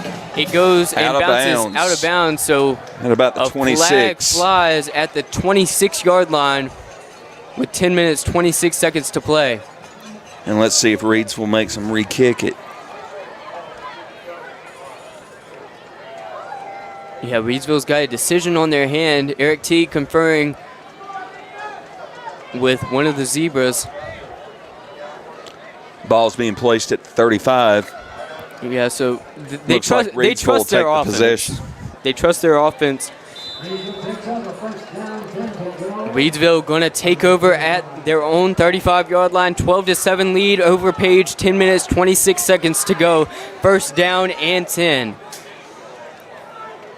Deontay Neal has Jerry O'Cobb beside him. 4 receivers set, 4-man front, 4 Page. Trips right for Reidsville. Deontay Neal, short pass Quick to throw. Jeriel Cobb, who's Little going to swing pass. keep going through to the 44-yard line. Cobb good for Just about 9 short there. of the first down. Just a little swing pass outside. Bread and butter for Reidsville. Get Cobb the ball. Let him use his speed. You're exactly right. Cobb's gotten about 3 receptions tonight. Only got 2 receptions in last week's game, which they won 28-3. So 2 receivers near side, 2 receivers far side. If they're going to give Deontay you Neal that in the swing, shotgun. He's going to hand it off to Gerald Cobb, who gets the Osborne Baptist Church One Way Cafe first down. That first down brought to you by One Way Cafe, located at Osborne Baptist Church in Eden. Join us for delicious coffee and fresh made-to-order food Monday through Friday from 11 to 2. One Way Cafe, helping people love Jesus and everyone else. you know, if Page is going to keep on giving them that little swing pass and not put a outside linebacker covering the flat, you might as well take it all night. So 2 plays and 13 yards so far this possession. 12-7 Reidsville lead over the Page Pirates. A little more of a pistol formation here. He's going to take it himself, wheels out, and the throw was just to nobody at the 40-yard line.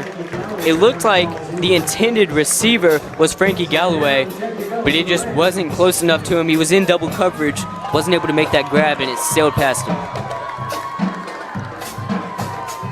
Yeah, he was cutting across the gap in the zone, and it's almost like he didn't see the ball coming. Nice route that he ran, though. So that sets up a 2nd and 10 from Reidsville's 48, moving right to left. But Neal zipped that ball to him. He's got speed on his arm as he hands it off to Jeriel Cobb, mentioning speed, but he only gets 3 yards there. A 3.5-yard average for about any quarterback, for any running back, is a good one. I mean, that's the one they aim for. But Jeriel Cobb, when he gets 3.5 yards, it's almost a disappointment. I'm sure it is for him. You know, he's getting these 12, 15-yard gains. Or an 89-yard gain like he got last week. Deontay Neal tries to draw the defenders off sides. He's got a 4-receiver set, 3 receivers near side, 1 far side. That's Cameron Jones, the split end. He's also got... And he's looking to the sideline for an audible. Jeriel Cobb in the backfield. Oh, no, it's fumbled. Deontay Neal somehow gets under it. A fantastic job right there. The wherewithal of Deontay Neal. He's recovered about 3 snaps that haven't gone his way tonight, and he's saved some points. Snap looked decent on that one. I'm just not sure if that was intended to be handed off to Cobb on the jet sweep or if Deontay Neal was trying to pull it back to read option. You're exactly right, Hatley. Maybe there was some miscommunication that we saw between him and the sideline. Now we're going to see Reidsville in punt formation. So Reidsville looking like they're going to punt it now. Timeout called. We got a Page timeout. Maybe they saw something they didn't like. 4th and 11 right now.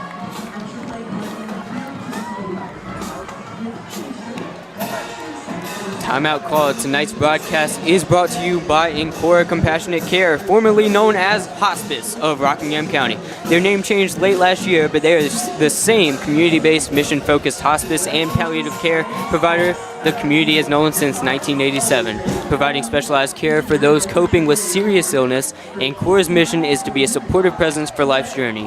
When greater comfort and rapid response matter most, make sure it's Ancora Compassionate Care. They will always be there because they've always been here.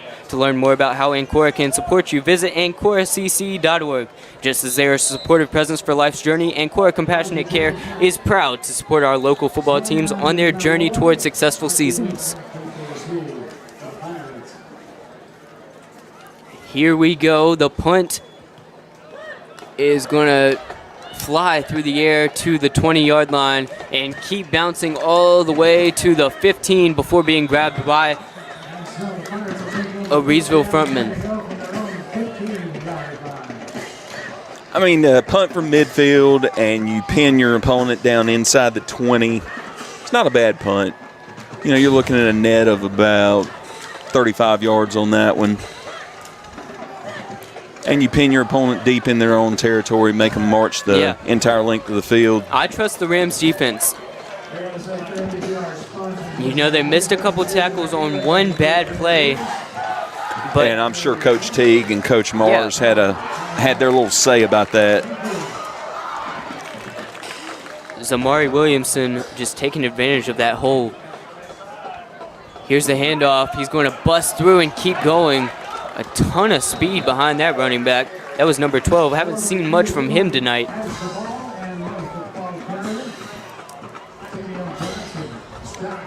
Flo Kizamina.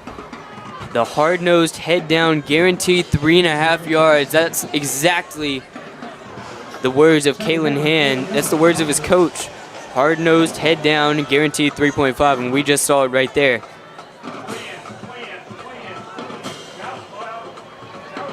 And we've got a 4-wide set with one back for Page. Looks like they're going to hand it off. Oh, good penetration into the backfield. Brought down by multiple Reidsville defenders as there's some contact on the field between the O-line and the D-line. Some commotion in the backfield. Savion Johnson got back there on the penetration and just took down the ball carrier. We called his name a lot last week. So now it's 3rd and 4 inside their own 20. Would be interesting to see what the Page Pirates draw up with 6 minutes and a half remaining until halftime. Trying to maybe take the lead as they're down 12-7. Reidsville's been on top the entirety of the game since the very first play. 3 receivers set. Going to hand it off to 22 once again. He breaks a tackle, breaks another tackle, breaks a 3rd tackle, breaks 4, breaks 5. He's still going to the 40. Brought down at the 43-yard line. That was a grown man run from Jesse Poole. Jesse Poole just refused to go down there. Refused. A ridiculous job by Jesse Poole. As the Reidsville Rams look to hold on to their 12-7 lead, that 3rd down and 4 did not go well for Reidsville. Jesse Poole was determined to stay on his feet. Well, he came outside on the outside run and then cut it back into the middle and right through the heart of the Reidsville defense that just couldn't make the tackle. Do you think that was more of a Poole thing or the Reidsville defense? Here's the throw. I have Tipped, to almost blame, intercepted. I have to blame the defenders on that because there it comes a point where you've got to make the play. And, you know, the running back can have all the will that he wants, but you've got to wrap up with good form and make that play. This is kind of off topic, but number 20 for Reidsville just fell down and did a legit kip up. Yes, I saw. It's amazing some of the athleticism on this Reidsville team. You got to feel like you're on top of the world to do that in front of this many fans. Here he goes, the handoff to the outside. Going to keep going to the 50. Tries to leapfrog a defender. Does so successfully before being taken down at Reidsville's 48. Page marching it into Reidsville territory now. And Coach Teague said before the game they want 11 hats to the football. Right now it looks like they're struggling a little bit to do that. And when the 11 hats do get to the football, they don't get to the football at the same time. They just keep bouncing off each other. So here comes a massive 3rd down. Last 3rd down was obviously a conversion, a big run by Jesse Poole. The handoff again to number 2, who outstretches his arms to put the football above. Looks like we got a Page player down. Hopefully he's okay. Maybe it's just a cramp. Gets up He's limping. a little hobbled, but... Want to thank you fans for tuning in on Rockingham Update or RoCo Radio. Fun action here tonight as the Reidsville Rams try to we had ourselves a little 5-yard penalty there on Page. Win of the season. Oh man, so they move back on a critical 3rd down here at Marion Kirby Stadium. 12-7 Reidsville lead. Page with the ball on their own 46. It's a 3rd down and long. 4 receivers set, a man in motion in the backfield. It's that little He's going to launch it. Oh, it's blocked. Nearly picked off. A fantastic smack by a Reidsville defender. Stops that from going anywhere. Fantastic job right there by Savion Johnson. We heard a lot about him coming into tonight's game, and that breakup brings on the punt team for Page. They've got to be very upset about how that drive ended up. They had it on a 3rd and 2. Penalty brings them back, and then Savion Johnson does his thing. Last week he had an interception return for 10 yards. So now Deontay Neal is in the backfield. That is a Johnson. Beautiful punt. Neal calls a fair catch as it bounces to the 20-yard line. So Reidsville starts this drive inside their own 20. 4 minutes and 15 seconds remain until halftime. 12-7 lead. Reidsville's defense holding up against Page. However, Page got a big catch and run by Zamari Williamson, and the story of Reidsville's defense tonight, they've just got to make sure that they can get those grabs.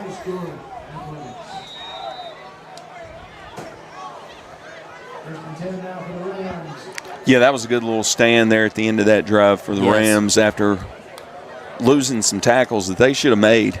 Here's Neal. He's going to float it up to 3, who is brought down for about no gain. It was a nice floater of a pass to Frankie Galloway. It looked like he was just trying to avoid the sack. Did so successfully. So now Reidsville sets up for a 2nd down and 10 at their own 19-yard line, moving right to left. Sun has set here at Marion Kirby Stadium in Greensboro. We had some rain, some thunder before the game, delayed the kickoff to 8:15, but now we're underway. Deontay Neal rolls out to his right, not going to take it himself, and yes, he will. Oh, he Breaks through hesitated. to the 35-yard line before running out of bounds, standing up. A big first down right there by Deontay Neal, who can do it with his legs. Rolled out, and as he got up to the line of scrimmage, hesitated like he wanted to throw. If he would have kept with the run, he might have gotten 5-10 more yards out of that play. I think he was trying not to get hit, and he's such a vital part of their offense. I would have ran out of bounds if I were him. He had 6 carries for 81 yards last week, and to your point about him being able to run very far, he went 37 yards at one point. So here's Neal, 4 receivers set there inside. He's going to fake the handoff to Cobb before giving it to him. Cobb weaving his way in and out of defenders, moving west to east. Now he's going all the way, 40, Cobb's 30, gonna go. 25, He's gonna 20, go. 10, stiff arm. Oh no, Knocked he's pushed out at out of the 2. bounds at the 2.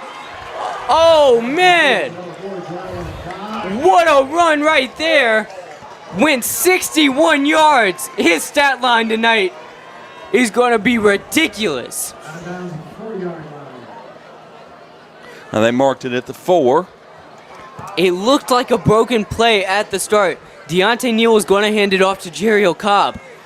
Neal fakes the handoff. He senses pressure and just tosses it up to Cobb. Cobb weaves his way in and out of defenders, then just starts moving to his left and sees an opening. Nice job by the Reidsville blockers.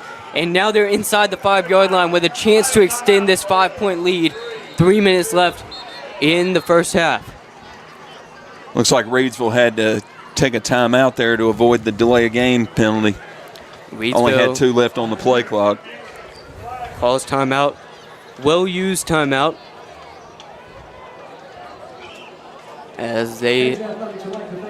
I'd like to give you a word from Impex, one of our sponsors. When you're in the market for a new or pre-owned vehicle. Hey, this is Tom Russell, General Manager at Impex Chevrolet GMC in Reidsville. That would be unbeatable selection and world-class service. Choose from over 1,500 vehicles of every model, shape, and price range. With our big city selection and small town hospitality, you're sure to find just what you're looking for. Shop at one of North Carolina's biggest, best dealers, Impex Chevrolet GMC. On Barnes Street in Reidsville and at ImpexChevroletGMC.com. Here we go. Reidsville Rams inside the 5-yard line. Deontay Neal going to take the snap. He's got Jeriel Cobb, thanks to him, in the backfield. Thanks to him, they're in this position. Deontay Neal floats it up. Cameron Jones tried to come down with it, but it bounced off his helmet. Good Nice coverage by the coverage Page right there. defender there. What'd you see there? I mean, it was a standard corner route. He threw it a little bit tall for Jones. It was a little long, but Jones was the only one that was going to catch it if it was caught. I think it was a nice job, though. A nice connection. If it would have just been a second sooner, I think Cameron Jones timed falling back perfectly. And now they set up for second down. Rams moving right to left on the gridiron. Deontay Neal going to take it himself. Designed QB run. Weaves his way in for a Pennrose Carwash. Kooler Ice score. Reidsville puts another 6 on the board. It's now 18-7. Their lead over Page on the designed quarterback run. What'd you see from that, Hatley? It looked like Page was expecting the handoff to Cobb, and rightfully so. And Neal just took it on the sweep outside himself. Good design play. Deontay Neal shows what he can do with his legs once again, reminding the Page defense just how many players that they have to watch out for. And the players that can do something, they can do a million things. Deontay Neal, the perfect example of that. That kick is good. Reidsville kicks their first extra point of the night. Extra point of the season, I believe, that goes through the uprights for Reidsville. That was Grady Barrett, the 5'10", 145 senior. Reidsville Rams put some more points on the board. Now they've got a 19-7 lead over the Page Pirates with 3 minutes and 7 seconds to go in the first half. A very entertaining game so far. Loved what I've seen from Reidsville. Now, it'll be interesting. If you listen to our Reidsville Chamber of Commerce pregame show, you heard that there were some concerns about the defense getting fatigued in the second half of their game last week. Eric Teague's hoping to guard against that this week. Let's see if Reidsville's defense can hold up for the second half. But right now, we're worried about Reidsville's defense in the first half. 3 minutes to go, they'll be kicking off. Looks like they might be set up for that. Sends it end over end to the 15-yard line, and it keeps bouncing out of bounds. I was hoping that was going to stay in. It was close. It just took a Page bounce, landed outside the sideline by about a foot. Nice wherewithal from Page's defense as well. Page's offense as well. Well, the return man, if he stands with 1 foot inbounds and 1 foot out of bounds and he fields that kick, it's still considered a procedure call and it's considered a kick out of bounds. He let it bounce and got the good bounce.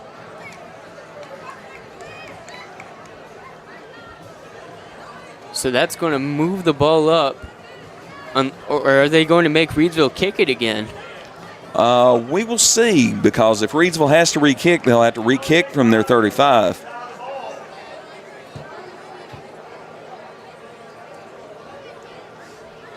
So referee motions that they're going to move it back. And they are going to make Reidsville re-kick. 5 yards to the 35-yard line. Rather than Interesting take possession decision at their here. own 35.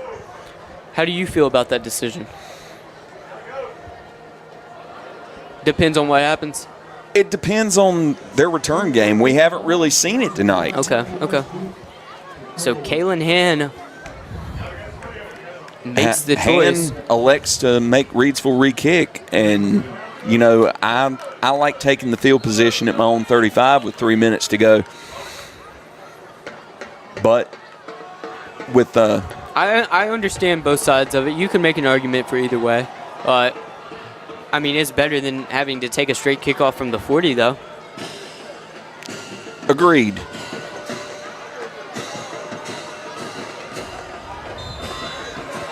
So here's the kickoff. Grady Barrett Kicker slips, and it bounces into the arms of the return man at the 20. Weaving through traffic and gets all the way to the 40. A nice 20-yard return right there by Elijah Jones. So you get 5 yards better field position. So I guess that makes it the right move. Yeah. We haven't seen as much from the passing game. With 3 minutes left, you might have to factor that in, but still a lot of time on the clock for them to make up this 12-point deficit going into the halftime. Yeah, Page has been pretty straight run for the first half, but the few passes that you have seen were short swing-type passes and short routes, and the Reidsville defenders have been there to knock them down except for that one long pass play for the touchdown. You're right, and the best example of that is Jesse Poole, who just got that handoff right after you said it, and he was brought down by Cadence Pruitt. Had a big week last week, accounted for 1.5 of the 2 sacks Reidsville counted last week. So here we go, 4 receivers set. Might see some of that pass game, but he's got a man in the backfield. Going to fake the handoff and take it himself before sliding. A man dropped on him. Yeah, I couldn't tell if he intended to slide that out or if he lost his footing. It may be the slippery field, but you know, the rain is kind of worn off. So we just saw Grady Barrett slip. Not sure if that's going to come into play. Yeah, and I've never had the opportunity to play on this turf type field, at least not football. I've played a little bit of soccer on it, but when it gets damp, it's slick. And if you don't have the right kind of shoes on it, you can have a very hard time keeping your footing. And football players, some of them bring multiple different types of cleats to games for stuff like that. Oh, they absolutely should in this situation. Here's the handoff from Williamson. Oh, big man. hole.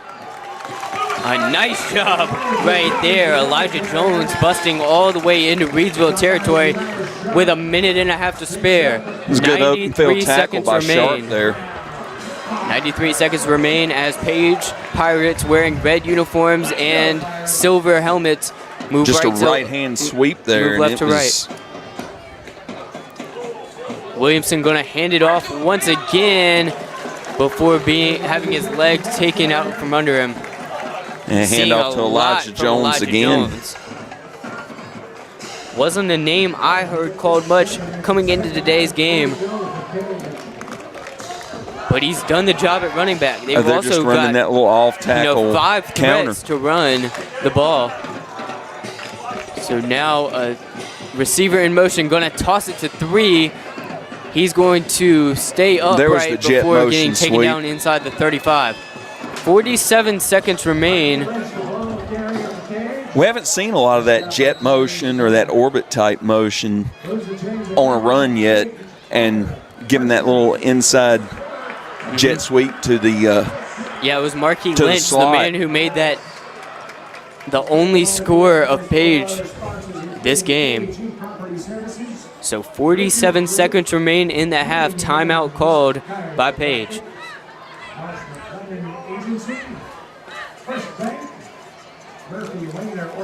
Looking for a fresh ice and water option that is ready when you are? Kooler Ice is countywide.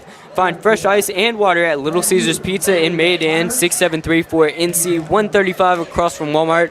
Visit our local Kooler Ice dispenser at Schul's Home, 1635 Freeway Drive in Reidsville. For all your ice and water needs, you can also find us at Pennrose Carwash in Reidsville, located at 1509 South Scale Street, or Two Rivers Plaza in Eden, located at 307 West Meadow Road. Get Kooler Ice, great tasting fresh ice, available 24/7 at all 4 locations. 16 pounds or 32 pounds plus premium water by the gallon or 5 gallons. Kooler Ice, fresh and ready when you are.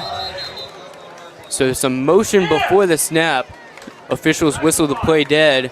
That penalty will be against Reidsville. So Page gets to move up a few more yards with no more seconds off the clock. And now time is money with 47 seconds remaining. What do you think they'll be running, Hatley? I look for them to do the same thing that they've been doing with the misdirection. It's been working well so far this drive. You could see a play action, but the way the Reidsville secondary's been playing, I don't see it happening. Here they go. The throw. Just a straight pass. Deontay Neal almost picked it off, but they get the pass in the 15-yard line vicinity. 40 seconds remain, a ton of time on the clock right now.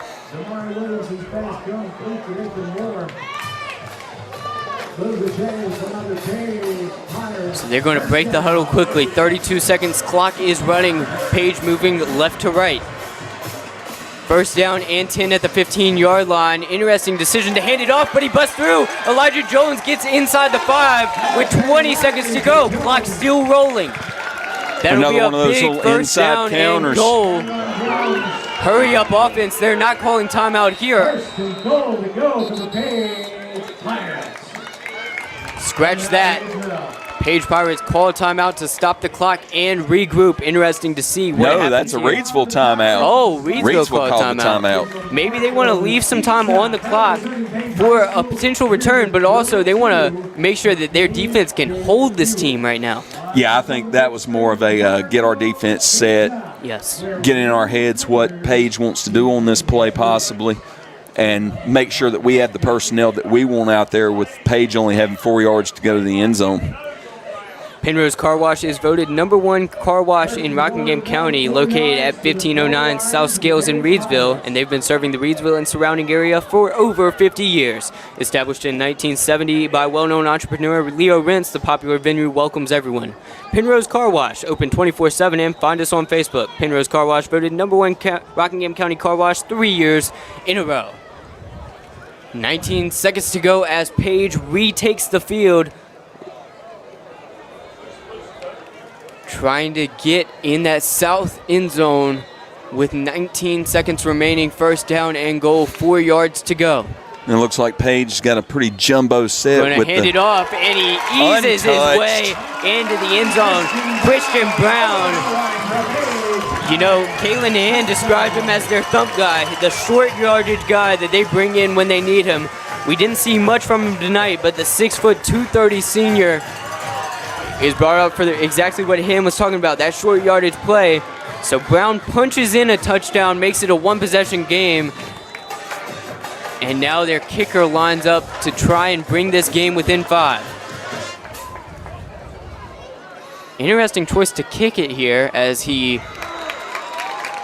will put it through the uprights to bring it to a 19-14 game. Page Pirates bring the score within 5. We have a game on our hands, folks. Coming into this game, both teams knew what was at stake. Reidsville's all-time record against Page is 5-4 in favor of the Rams, but since the Rams have become the Rams, Page actually holds that advantage 3-2. When Reidsville was known as the Golden Lions, they were holding that advantage. But Page looking to even that thing up tonight. 19-14, 16 seconds on the clock. But if you've been listening the whole broadcast, you remember that first play of the game when it took Frankie Galloway only 14 seconds to go all the way 95 yards for the first touchdown of the game. Yeah, let's see what Reidsville's special teams and their offense can put together, possibly with a major time crunch with only 16 seconds remaining in the half.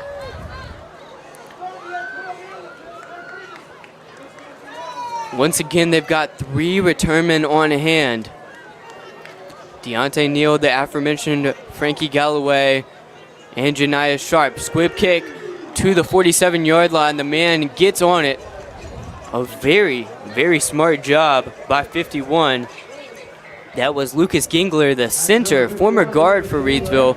They've had to put him under center thanks to some, or in part due to injuries on the O-line. But he gets right on that at the 47-yard line, and Reidsville gets the ball with 16 seconds to go and 53 yards. What would you do if you were the coach in this situation, Hatley?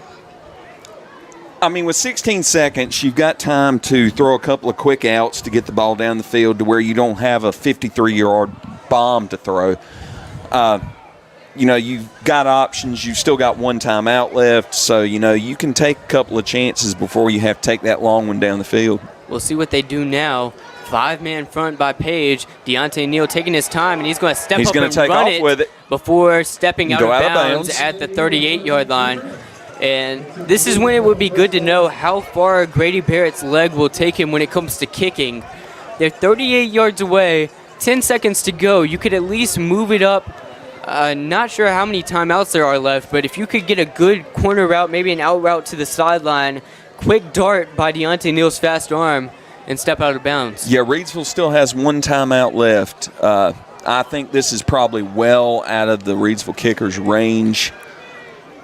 But is it out of Neal's range? Miscommunication between him and the sideline. He calls an audible. 3 receivers far side. Out of the range of Neal's arm? No way. Yeah. So Neal's going to throw it just short of his man at the 30-yard line as a flag flies in the backfield. Deontay Neal doesn't look happy about that as it's a holding on Reidsville with 5 seconds remaining. So not sure there I is saw room where that happened. For a Hail Mary. Oh, Neal's absolutely got the arm to throw it 48 yards. He knows how to scramble. He knows how to extend a play. As they are backed up into their own territory. Not what you want to see if you're a Reidsville fan. So only right 5 seconds midfield. to go. Deontay Neal lining up. There's 3 receivers on the far side, and Cameron Jones, the star split end, is at the 50-yard marker. Jones, the X receiver. You know, we've got Trips right with a slot. And you've also Cobb got in the Jerry backfield. Cobb, who could block, but he's going to take it himself with 5 seconds to go. That'll run out the clock. And that was a safe way to end the half. You know, Cobb could break it loose at any moment, but you know he's going to maintain possession of the ball. And, you know, you take the short gain, go into halftime with the lead. With 24 minutes, and it's halftime now. Yeah, Reidsville holding a 19-14 lead over the Page Pirates. As these teams will head back to their respective spots and regroup. Hatley, what would you tell Page if you were their coach? If I was Page's coach, right now I would be saying to my team that they started off with some adversity and they improved as the game went on, and I expect to see more improvement as the game goes on.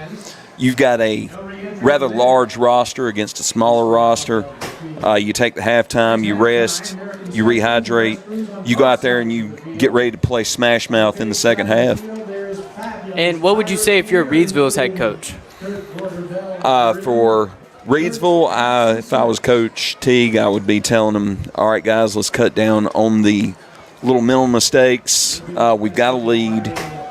We've got to give them the ball, kick off the second half, so our defense needs to step up, play a good series, get our offense the ball back, and let's punch another one into the end zone when we get the ball back. That's exactly what he talked about in our pregame interview. He said that he wanted the defense not to make mistakes, and he didn't want flags on the field. Both teams have been making sort of careless errors. Do you think that they can work out the kinks in the second half, or do you think it'll get harder to do that as the game goes on and fatigue comes into play? Well, fatigue plays a factor in penalties and in mental errors, because when your body's not up to where it needs to be, your mind starts to slip a little bit too, and you start doing things that you shouldn't do to try to compensate. And, you know, Coach Teague wanted his team to play a clean game as far as penalties went, and it's been probably not exactly where he wanted it, but he's got a lead right now, and he will try to refocus his guys during halftime. Hopefully he can refocus the team during the halftime. Been an entertaining game so far. Not much more you could ask for if you're a fan of football. Just having a super fun time watching these two teams duke it out. Reidsville 19, Page 14.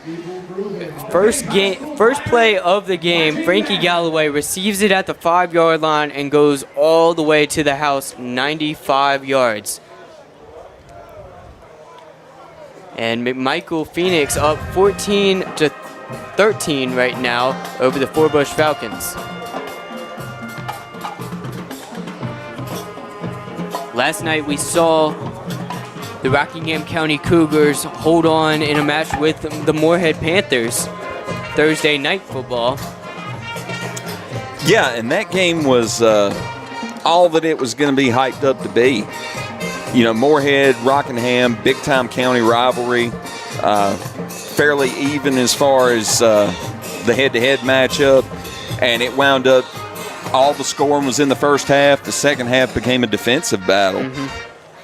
So, looking back, the Page Pirates, you know, driving into Reidsville's end zone, Reidsville's timeout was actually well timed, and then number 9 waltzes into the end zone, but then Deontay Neal, a couple of things go their way. We could have seen a Hail Mary to the end zone, especially because Page is going to be starting off the second half receiving. So I think that was a good move, good clock management by Eric Teague. Oh, yeah, it was a wise timeout there at the end of the half to try and get the personnel that you wanted out onto the field for that final part of that Page drive. It didn't, Page still put it into the end zone, and you hate to give up points that late in the half, especially when you're about to give the ball back to the team that just scored to start the second half. It's like giving them an extra possession almost. So fans listening in, if you have any second half predictions you would like to send our way, we'll judge them. We're not going to be too nice about it. I'm just kidding.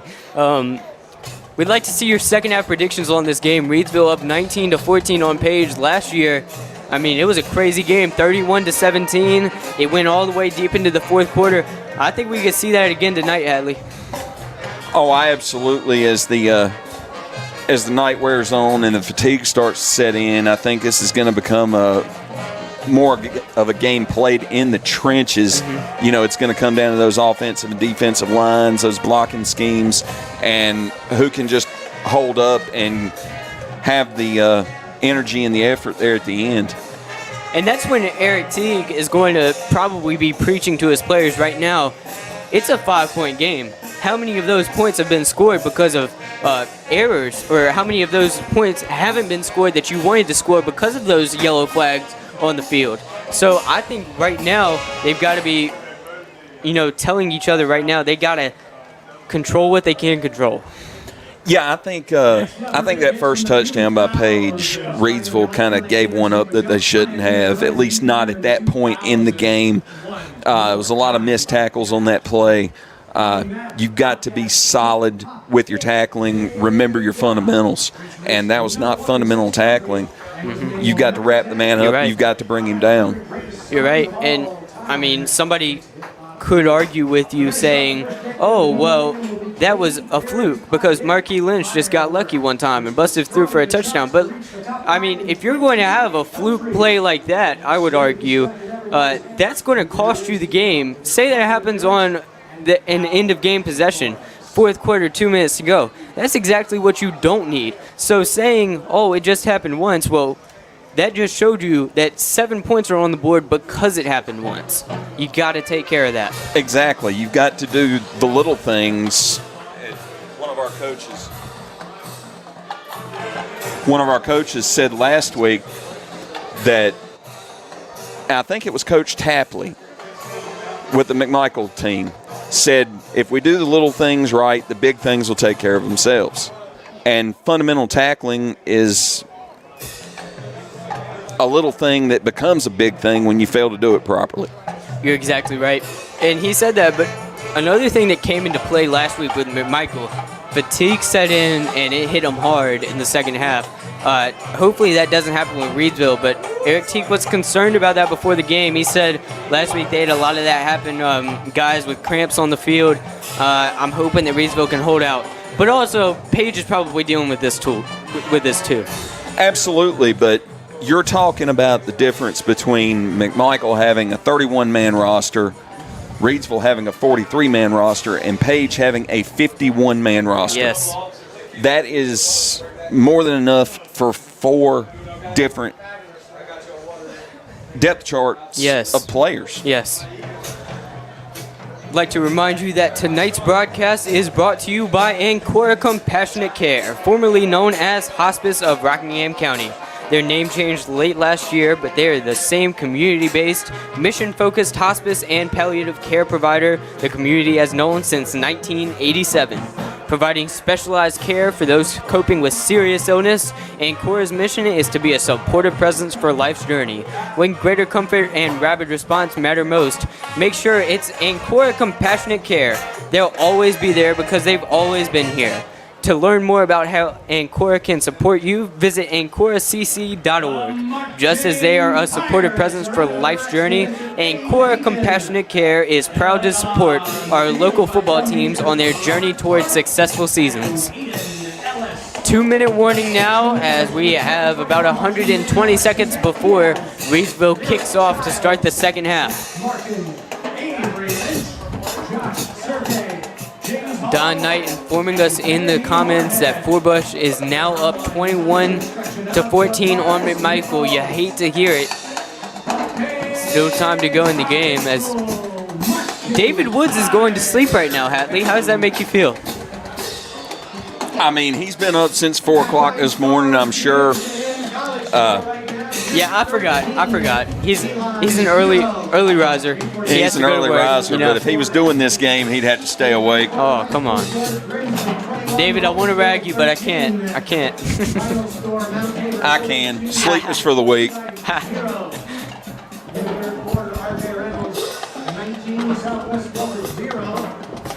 So the band marches off the field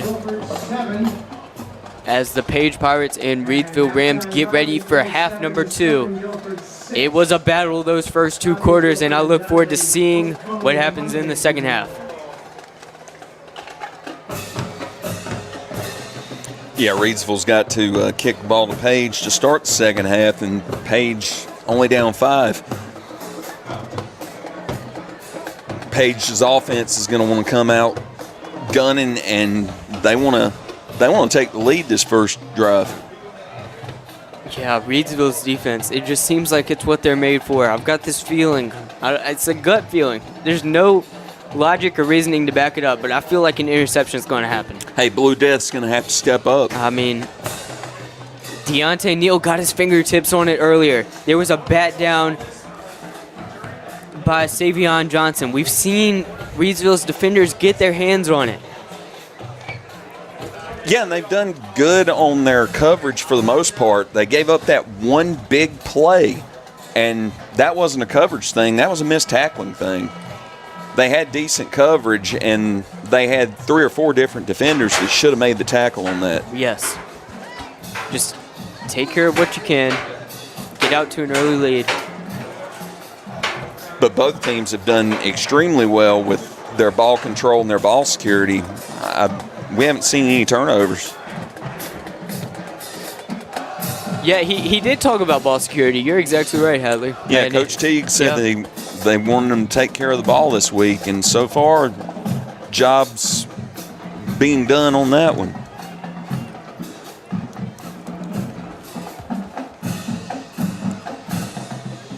All right, the clock ticks down 2.5 minutes now. Looks like they added a little bit on. A little bit of time, and it was only a 10-minute half, so nothing crazy. Thank you guys for joining us. Tell us in the comments if you have any second half predictions.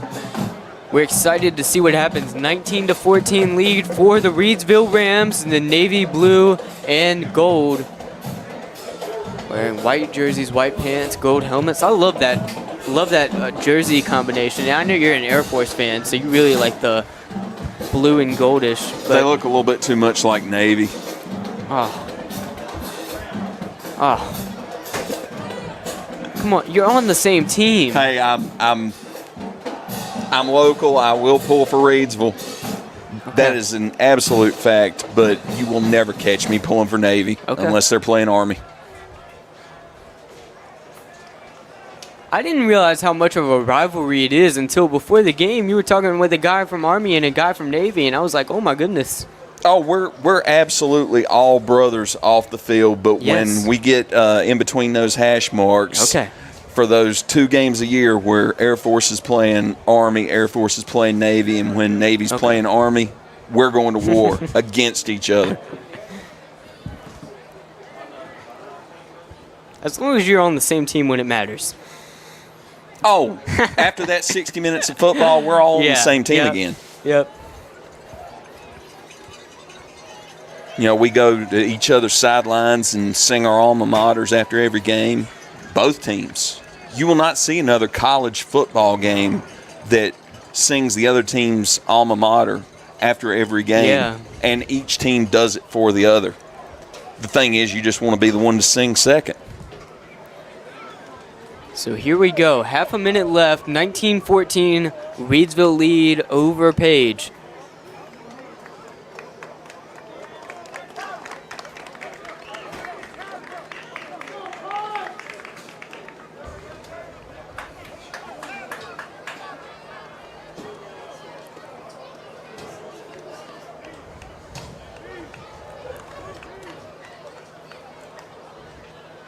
Clock ticks down as Reidsville's kicking team takes the field to kick things off at the 40-yard line. Page's offense now taking the field as well. It looks like Grady Barrett will be the one kicking it off. I've liked what I've seen from his legs so far. As long as he can keep it in bounds, keep it on the gridiron, I think they're in a good position. Barrett, a senior now, 5'10", 145. Yeah, and this is a short run-up for this kick, so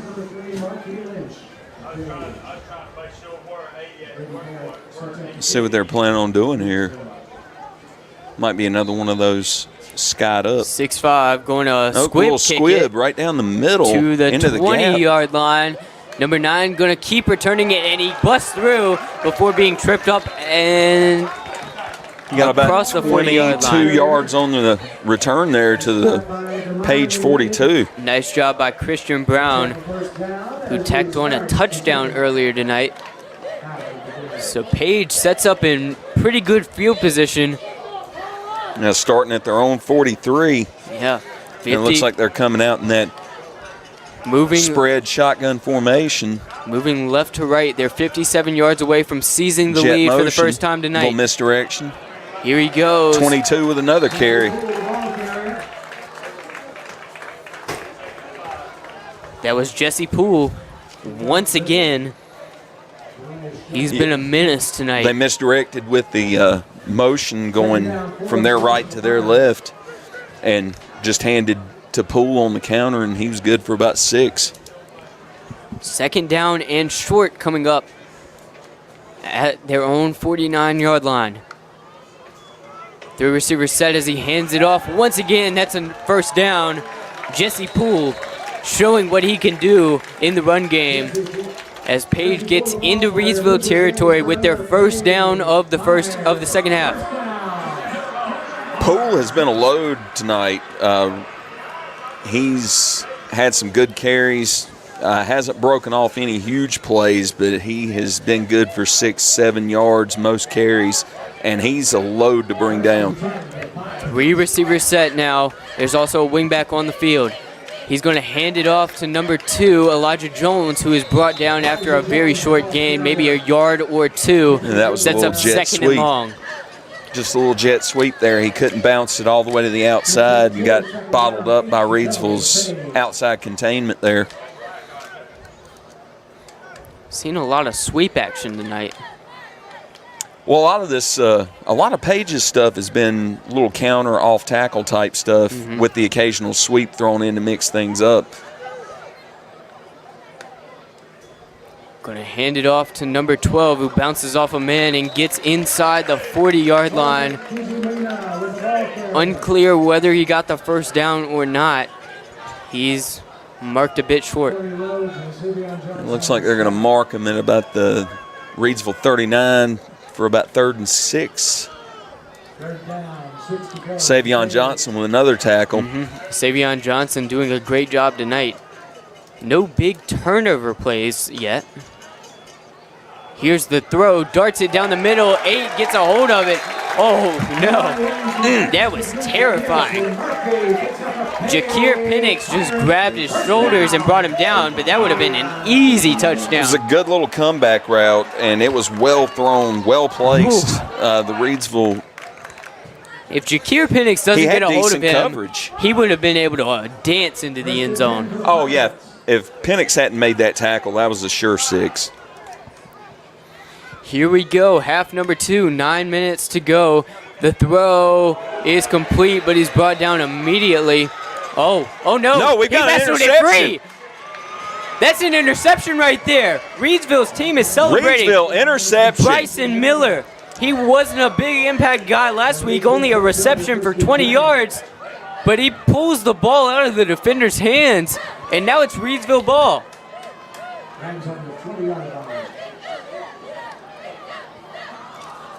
Hatley, would you like to remind the fans of my halftime prediction? I want to hear you say it. I said they'd get an interception. Hey, you said interception to open it. You got the script this week? No, I'm a Cowboys fan. I'm Tony Romo. The handoff That's not to number somebody I'd 4, ever brag Jerry about, Jay. Cobb.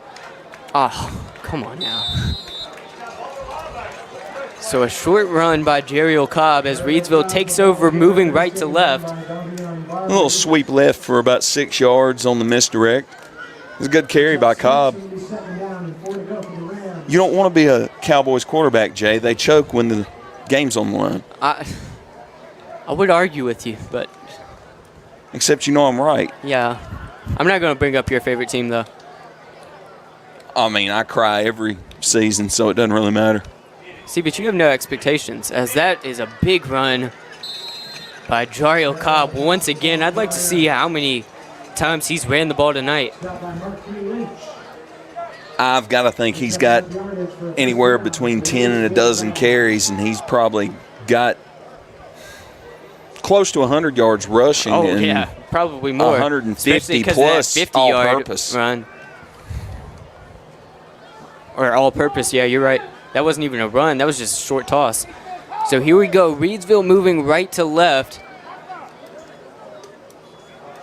The handoff is a good one right there. He gets to about the 45-yard line. Not enough to move the chains. Got another handoff to Cobb on that one for about 8-9 yards. If you're just tuning in or your feed froze like Joe Dexter's telling us in the comments, no offense, Joe, Bryson Miller got the interception deep in Reidsville territory to save Page from taking the lead. Now it's a 19-14 lead for Reidsville. The handoff, Jerry Cobb bounces off a man and gets across the 50. He's still going. Oh, 40, 35, 30. He's got a blocker. 10, pushed out of bounds. Pushed out of bounds at about the 11. Massive first down and goal. They mark it at the 12. What a job right there. That first down. Another big run is for brought Cobb. to you by One Way Cafe, located at Osborne Baptist Church in Eden. Join us for delicious coffee and fresh made-to-order food. And Monday through Friday from 11 to 2. One Way Coffee. Oh, they called helping it back. people love Jesus and everyone else. We got a flag down on the field. Oh, man. Nightmare scenario for Reidsville. And that's exactly what Coach Teague was saying in the pregame. Big plays called back for penalties. So it brings it back to the 43-yard line. They were looking to make this a two-possession game to widen the gap. And now it sets up a second down and short. Not devastating.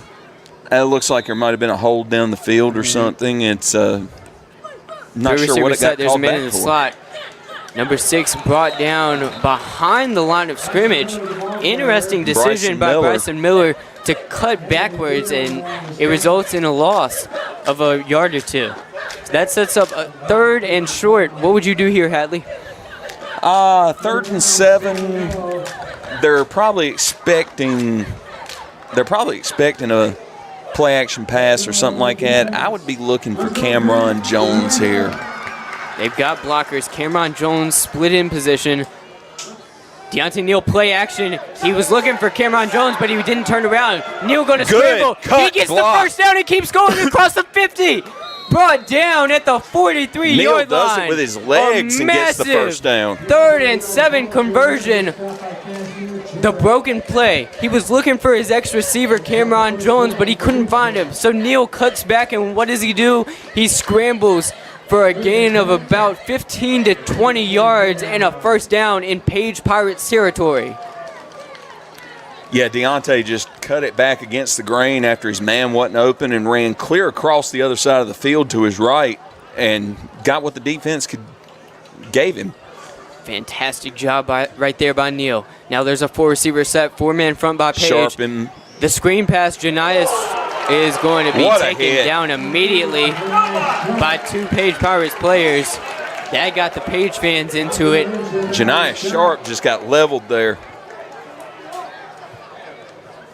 That looked like by number 5 on the Page Pirates, Zion Malloy. A great hit. Here at Marion Kirby. When you set up that wide receiver screen, if there's no one in front of you, you set yourself up to get planted by that defensive back. Deontay rolling out to his left, to his right. He throws it, but it's broken up. Page's defense going down a storm here amongst the fans after back-to-back nice defensive plays.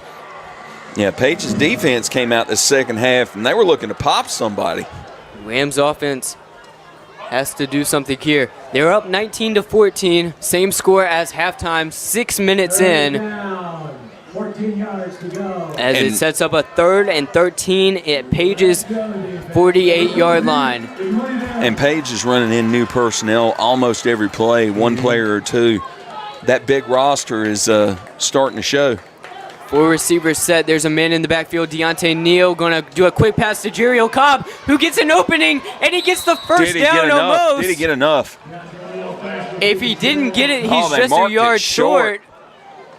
They marked it short. But when you've got a guy like Jeriel Cobb who's consistently gotten yards to gain, you shouldn't be too worried about this 4th and 1 situation at the 35-yard line of Page. Reidsville trying to bust it in there. Hurry up offense. 3 receivers set. There's a wingback to block, and Deontay Neal has Jeriel Cobb in the backfield. The handoff as predicted to Cobb. Straight ahead. He gets through and keeps going.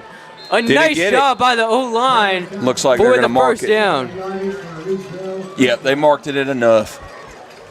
It wasn't pretty, but it was effective. Stayed on his feet, but when is a 1-yard rush going to be pretty? Like, it's gonna be hard-nosed, and that's what you want to see. When it ends in a touchdown, it's pretty.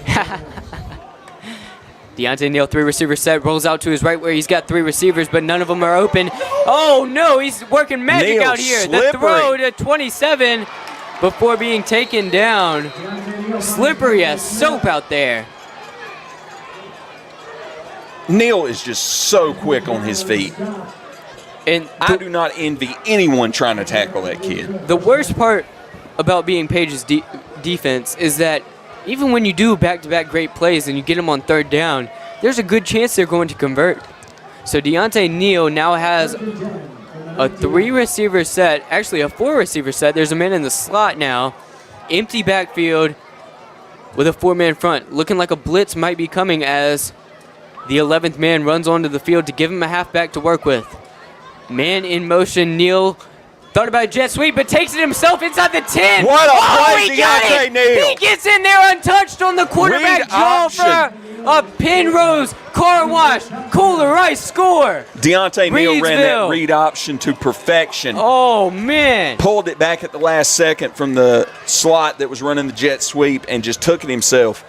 25 to 14. The Reidsville Rams are in command with 5 minutes, 22 seconds remaining in the 3rd quarter. Deontay Neal faked the jet sweep and just busted through the middle, going into the end zone I clocked that in at about 80 miles an hour. That would be speeding. Somebody give him a ticket. And I don't think we got any highway patrolmen out here, but GPD's out here thick. Grady Barrett going to kick it through the uprights once again. He has not missed tonight. So Reidsville now up 12 points, 26 to 14, and it's been going back and forth with 12-point leads. First, Reidsville was up 12-0, then it moved to 12-7, then it was 19-7, then 19-14, and then 25-14. Now it's moved up to 26-14 after the successful point after by Grady Barrett, who has done well kicking tonight. And that was a good sustained drive by Reidsville. Just staying alive. You run some time off the clock. You give your defense a little chance to rest the guys that aren't playing both ways. And those sustained drives, they can be demoralizing to the opponent. You know, your defense stays out on the field for a good 4 minutes. Yeah, I don't know how you come back from something like that. You just got to answer back with your offense. The good thing is they've got such a big roster, it's likely they're not having offensive guys and defensive guys, as the fair catch is signaled at the 30-yard line on the high kick.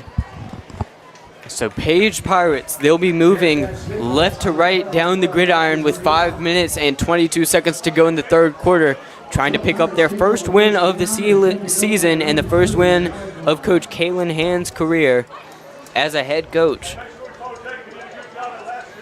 I'm playing a 23-time state champion to try and get your very first win as a head coach is a tough assignment. It really is. And, I mean, it's a long season, only the second week, as there is a 4-receiver set, man in motion, and going to hand it off. Really a run-based, power-it-down-your-throat offense. Yeah, it's been a lot of inside gives. The quarterback's been looking like he was going to take it on the read option, but he's been handing off inside a lot of off-tackle type stuff, a lot of counter and misdirection. If you're just joining us, thank you for tuning in. Reidsville facing off with the 4A Page Pirates right now, 26-14 lead for your Reidsville Rams. Rams and Pirates been going at it all night long. Fakes the throw, handoff. And not much of a gain right there. Believe that'll set up third down. Page trying to move their sticks. Yeah, we're at the own 35. About 3rd and 5 here. And Blue Death wants to make the stop here.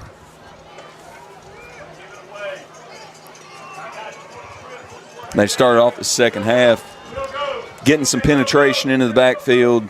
Here they go, another handoff. That'll be enough for a first down, and he keeps mowing through that big run that you were expecting from Jesse Poole. That's Jesse Poole again. Poole hadn't gotten a massive gain yet. He was just doing that, 5 or 6 yards at a time. Yeah, and he consistently broke off getting a a big 15 run there.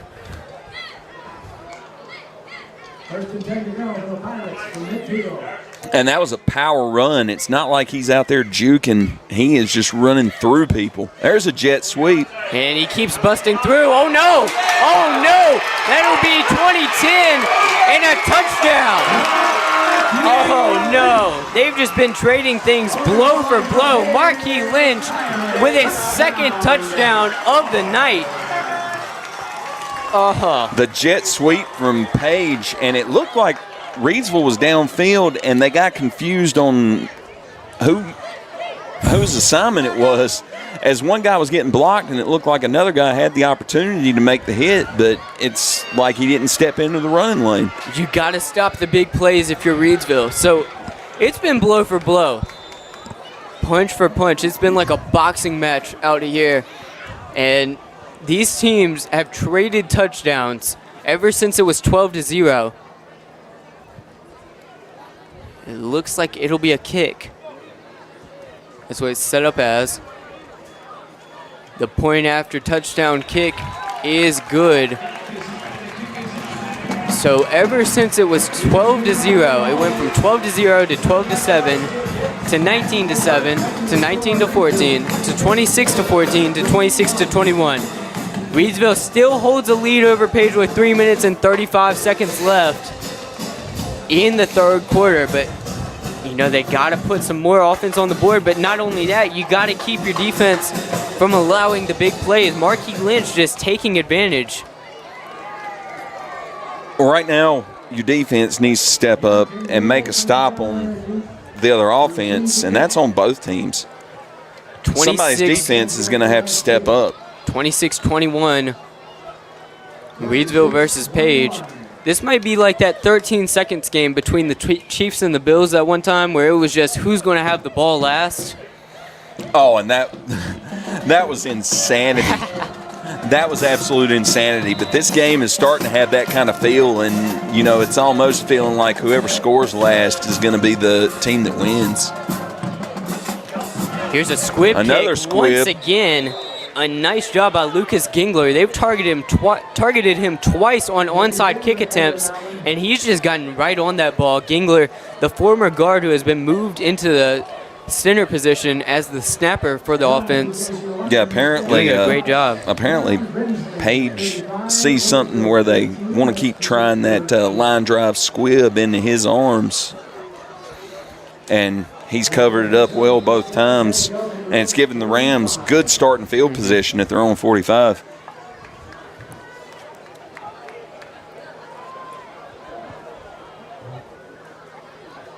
Here at Page High School, Reidsville Rams looking to put some more offense on the board and extend this 26-21 lead with 3 minutes to go in the quarter. Neil with a little Here's toss. Cameron Jones with the short pass. He gets to the 49 or 50-yard line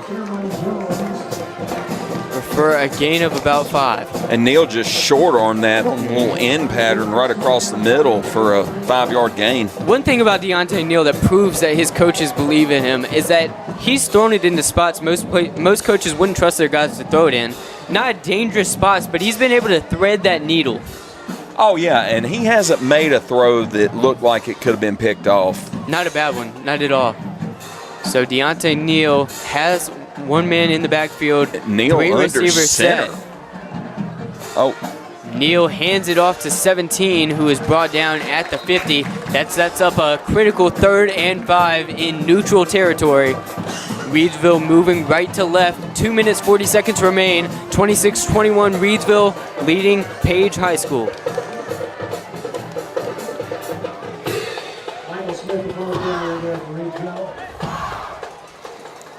Reidsville still no huddle.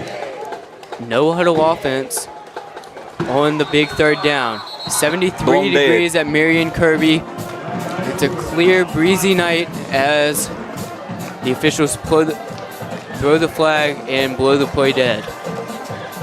Reidsville wearing their white jerseys with blue numbers and golden helmets. As Page wears silver and red. Oh, we're moving it. And we're moving it Reidsville's direction. Reidsville's favor. That'll set up a big 1st down. Page shoots themselves in the foot right there. Apparently Page was lined up offside there. And they're going no huddle right here. 2 receivers near side. Yeah, if you're Reidsville, you want to put another 6 points on the board here. Jakar Penix, who scored a touchdown last week, is the X receiver.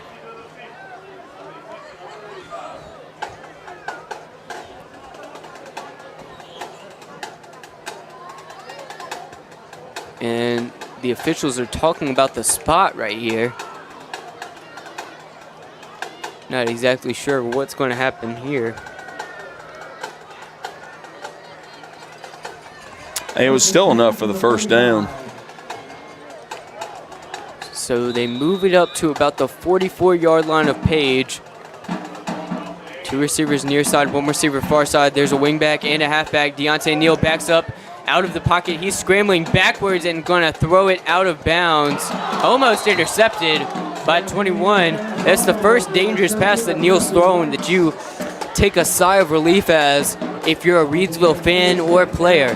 Yeah, he floated that one up near the sideline, and he either didn't get it as far out as he wanted to, or it just got a little bit too much air, but that was nearly picked off by the Page defender. That safety ran to that ball and nearly got to it. Can't throw a rainbow pass like that when you're up by only 5 points. You got to make sure it gets out of bounds. He was trying to throw it away, but he needed to either put more air under it or put it further out of bounds. Jerry Cobb with the big 5-yard run.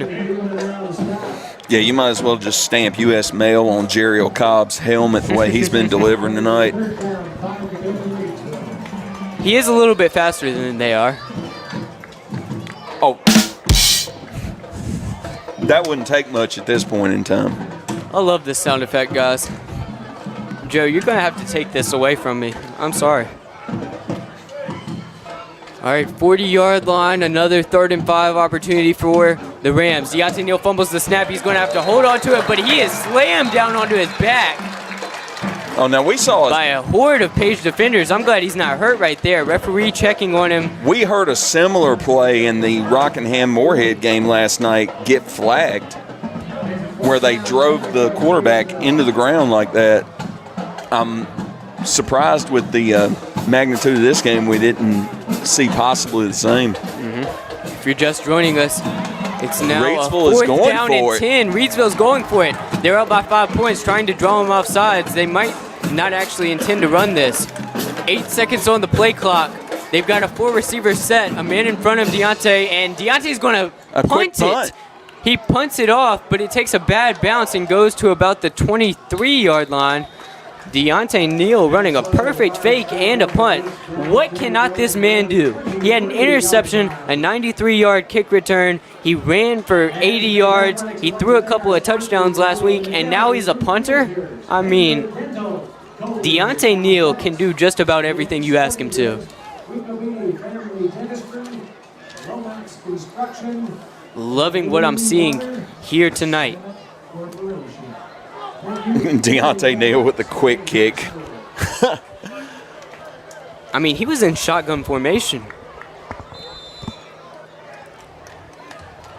Here Page goes, kind of a heavy set formation, but they've got 3 receivers. He's going to hand it off before being good bottled penetration up at into the line. backfield. A nice job right there, keeping him put with 29 seconds left. And Savion Johnson on into the backfield clock. with another big tackle. 30 seconds left on the play clock. They could run it down to the end of the quarter if they wanted to go into the fourth quarter with the ball on second down and 11 with a 5-point deficit. I know David Woods' man is Cameron Jones, but you're going to have to start saying that about Savion Johnson, that linebacker position, because that is Here they go. man. They hand it off. You're exactly right, John. And play clock ends. It's called off because of that's the end of the the end of the quarter. So we head to the fourth quarter. Reidsville Rams lead the Page Pirates 26-21. Page with the ball. This could come down to the wire. Tonight's broadcast is brought to you by the Circle Drive-In in Eden, serving the best hot dogs in Rockingham County for over 50 years. Located at 111 Boone Road in Eden, Circle Drive-In is your home for fast and friendly service and an all-American meal. Stop by our old-style drive-in for a delicious cheeseburger, crinkle-cut fries, and top your meal off with a milkshake or banana split. Or choose from one of our many menu items such as buffalo wings, chicken tenders, steak and cheese, chuck wagon, and so much more. Circle Drive-In since the 1970s. For good food, stop by Circle Drive-In at 111 Boone Road near the traffic circle. And here's a word from Impex Solutions.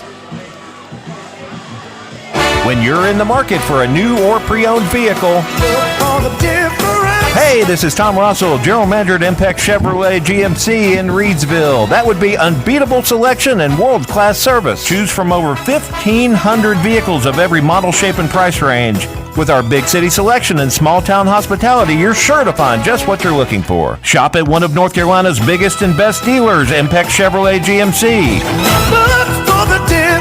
On Barnes Street in Reidsville and at ImpexChevroletGMC.com. Here we go, quarter number 4. 12 minutes remain, and the Page Pirates are trying to move right to left into the Reidsville territory on a 3rd and 9. This may be one of the biggest moments of the game. Reidsville up 26-21 on the Pirates. Bad Fumbled snap. Did Reidsville get under it? It looks like No, Page they covered did it not. up. Page doing a good job of covering it up, but that brings on the punt team with a 4th Now and we've 9 got a fourth deep in and Page long. territory. And all you Reidsville fans out there, it's the fourth quarter. See those 4 fingers in the air. Here they go. Looks like Page is going to be forced to punt. I mean, you're talking a 4th and 15 at your own 13-yard line, or your own 19-yard line. Not worth the risk when you've got 12 minutes left. And you're only down 5. The punt goes Beautiful off punt. High clean punt. to the 50-yard line, and he fielded dodges it. the defender. Deontay Neal gets to the 40-yard line. Great job right there as a flag comes flying in like a bird. Looked like he pulled up that that hamstring a little bit there at the end of that play. Let's hope he's all right.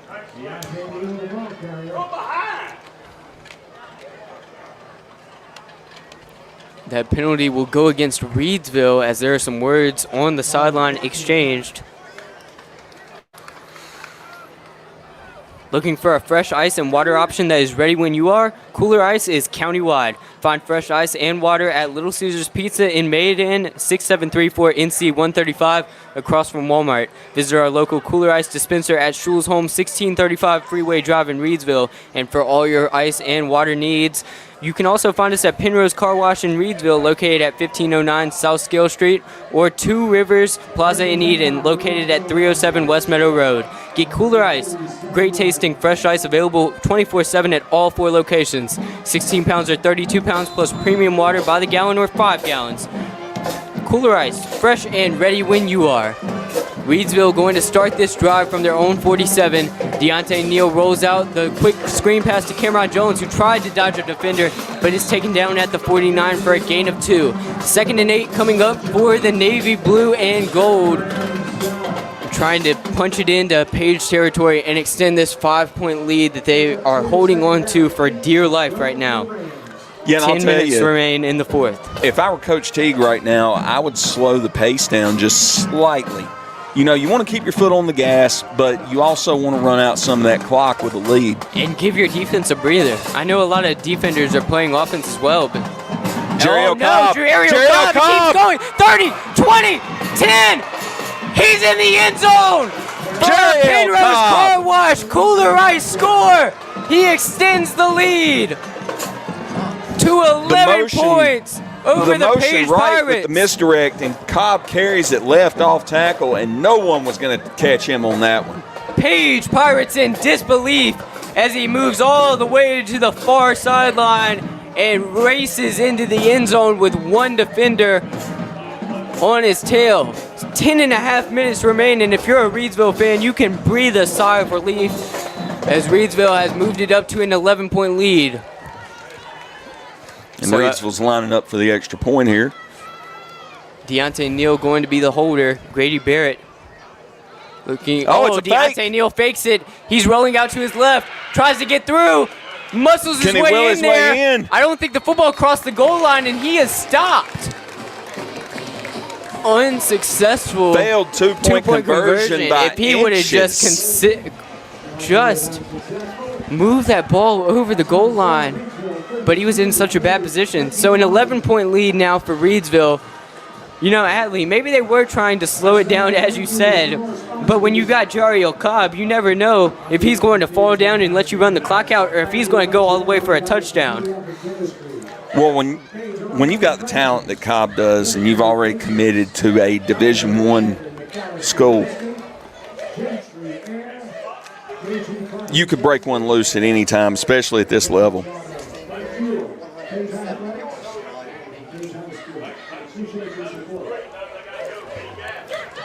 Jariel Cobb with 16 carries for 170 yards tonight. I'm not sure if that even factors in how many pass plays he's gotten, because he had a play where it was tossed to him by Deontay Neal for about 50 yards. Yeah, that doesn't account for all-purpose yards. That's just rushing, folks. And he's got a couple of touchdowns on the ground already. That is a standout performance. Here's the kick to about the 32-yard line. Another sky kick by the Reidsville special teams, caught for a fair catch. I know I've told the fans multiple times that every time Reidsville scored, Page has come back and done the same. But this time, the Pirates felt it just looks like they were demoralized on the sideline. And they look a little deflated after that long run by Cobb. And you can't blame them, because if you're Page, you're thinking, we missed our shot. We missed our chance. If we go down and score a touchdown, maybe Jariel Cobb breaks out for a 100,000-yard rushing touchdown. So here they go. 3 receivers set, 2 receivers near side, 1 in motion. The jet sweep to number 2. Elijah Jones going to keep going, weaving his way in and out of defenders, bounces off his own man before being brought down at the 43-yard line for a first down. Nice 12-yard jet sweep there by Page. Very good job right there. That's exactly what you want. That's just pure speed on the outside, and Reidsville's got to contain that. Blue Death has got to step up and make a stop here. You don't want to give them any breathing room here. You want to step up, and you want to get the football back.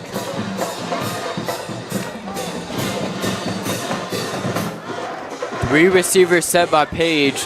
They've been running a run-based attack as he hands it off to 12, who gets brought down after a gain of about 3 or 4. It's another off-tackle counter by Page. That's kind of been their bread and butter tonight, and they've gotten 4 or 5 yards a carry, I would guess. I don't have the stats in front of me, but depending on who they're handing it off to, they've been good for 4 to 5 yards on that play every time. Page in the huddle right now as Reidsville exchanges some personnel on the defensive side of things. Hey, you've had so many guys on that Reidsville sideline that have had to go both ways, and they've got to be getting tired late in the fourth. Page might be using that roster to their advantage as the quarterback airs it out. Oh, no. Throw it all the way to the 21-yard line. Just overthrown. Yeah, you're right. Almost had it. Good throw. The receiver just didn't have the speed to catch up to it. Yeah, and it was a little bit to the right of the receiver. Zamari Williamson, though, he's shown a good job tonight. Not a true quarterback. Usually it's Nigel Henson in that spot. Henson's played since 9th grade, but we haven't seen that much from him. Maybe there's an injury going on right now. That's a good observation. We didn't hear about anything pregame, but we didn't ask a whole lot about player personnel. We saw Henson for a little bit, and they've run it a lot. So Williamson has shown his arm, but he's listed not as a true quarterback. So I'm assuming that there's an injury, but you don't want to say that there's an injury when there's not. Oh, exactly. So timeout is called. And voted #1 car wash in Rockingham County, Pennrose Carwash, is located at 1509 South Scale Street in Reidsville, and they've been serving the Reidsville and surrounding area for over 50 years. Established in 1970 by well-known entrepreneur Leo Rentz, this popular venue welcomes everyone. Pennrose Carwash, open 24/7, and find us on Facebook. Pennrose Carwash voted #1 Rockingham County Car Wash 3 years in a row. The Page Pirates go back to the field. They've got a 3rd down and 7 coming up, a critical down now as they try to narrow the 11-point gap. Reidsville with a 4-man front. 3rd and 7. You might see Page air it out a little bit here. 3 receivers set. Williamson throws it to 88, but it's broken up. Knockdown.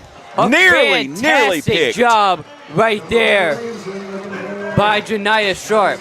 Janiah Sharp is one of those guys who can do everything. We've seen him as a quarterback. He threw for a touchdown. He's received a touchdown this year, and he's showing his true colors on defense now. It's not clear if Page is going to be punting it. It looks like they're sending a play in. And it looks like they might be going for it. 9 minutes, 13 seconds to go. I like this decision by Page. Blue Jets got to step up here. And it looks like they're showing blitz. 3 receiver set. And timeout is called, presumably by Reidsville. Reidsville going to call timeout. 9 minutes to go. 32-21. Reidsville lead. The biggest 4th down play of the game is on its way. And that's a smart timeout by Coach T. Yes. Reset your personnel. Give you guys a little bit of a breather for this big 4th and 7. Tonight's broadcast is brought to you by Circle Drive-In in Eden, serving the best hot dogs in Rockingham County for over 50 years. Located at 111 Boone Road in Eden, Circle Drive-In is your home for fast and friendly service and an all-American meal. Stop by our old-style drive-in for a delicious cheeseburger, crinkle-cut fries, and top your meal off with a milkshake or banana split.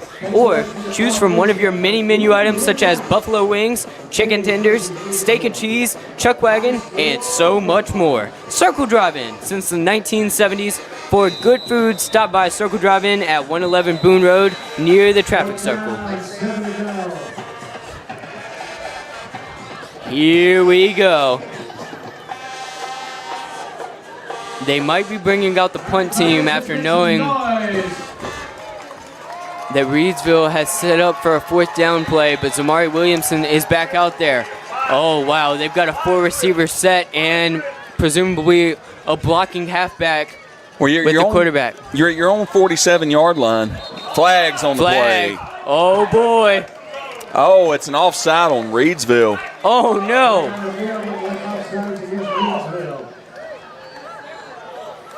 So Reidsville just turned a 4th and medium distance into a 4th and short and put the ball on their own side of the field there. Oh, no. So now it's a 4th down and 2 after Eric Teague talked about it before the game. They've got to limit it. They've got to limit those careless errors. And I'm not saying that was a careless error right there, but because maybe there's just so much adrenaline pumping for this game, for this play, that they wanted to get him down, but you got to take care of it. So 4th down and 2 now. They've got the option to run it, but they've got 2 receivers on the near side and 1 on the far side, moving right to left. So Mari Williamson going to throw it into no man's land.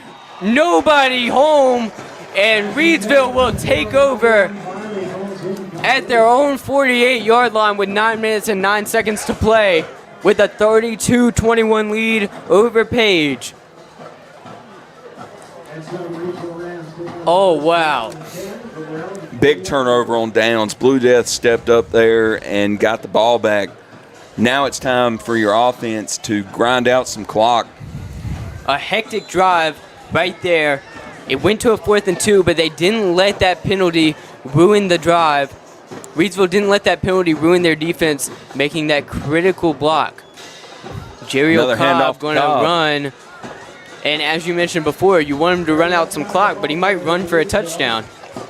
And that is a distinct possibility with a back like Cobb. I mean, he's got over 170 yards on the ground tonight already. That's just rushing. And that's another 6. Just rushing.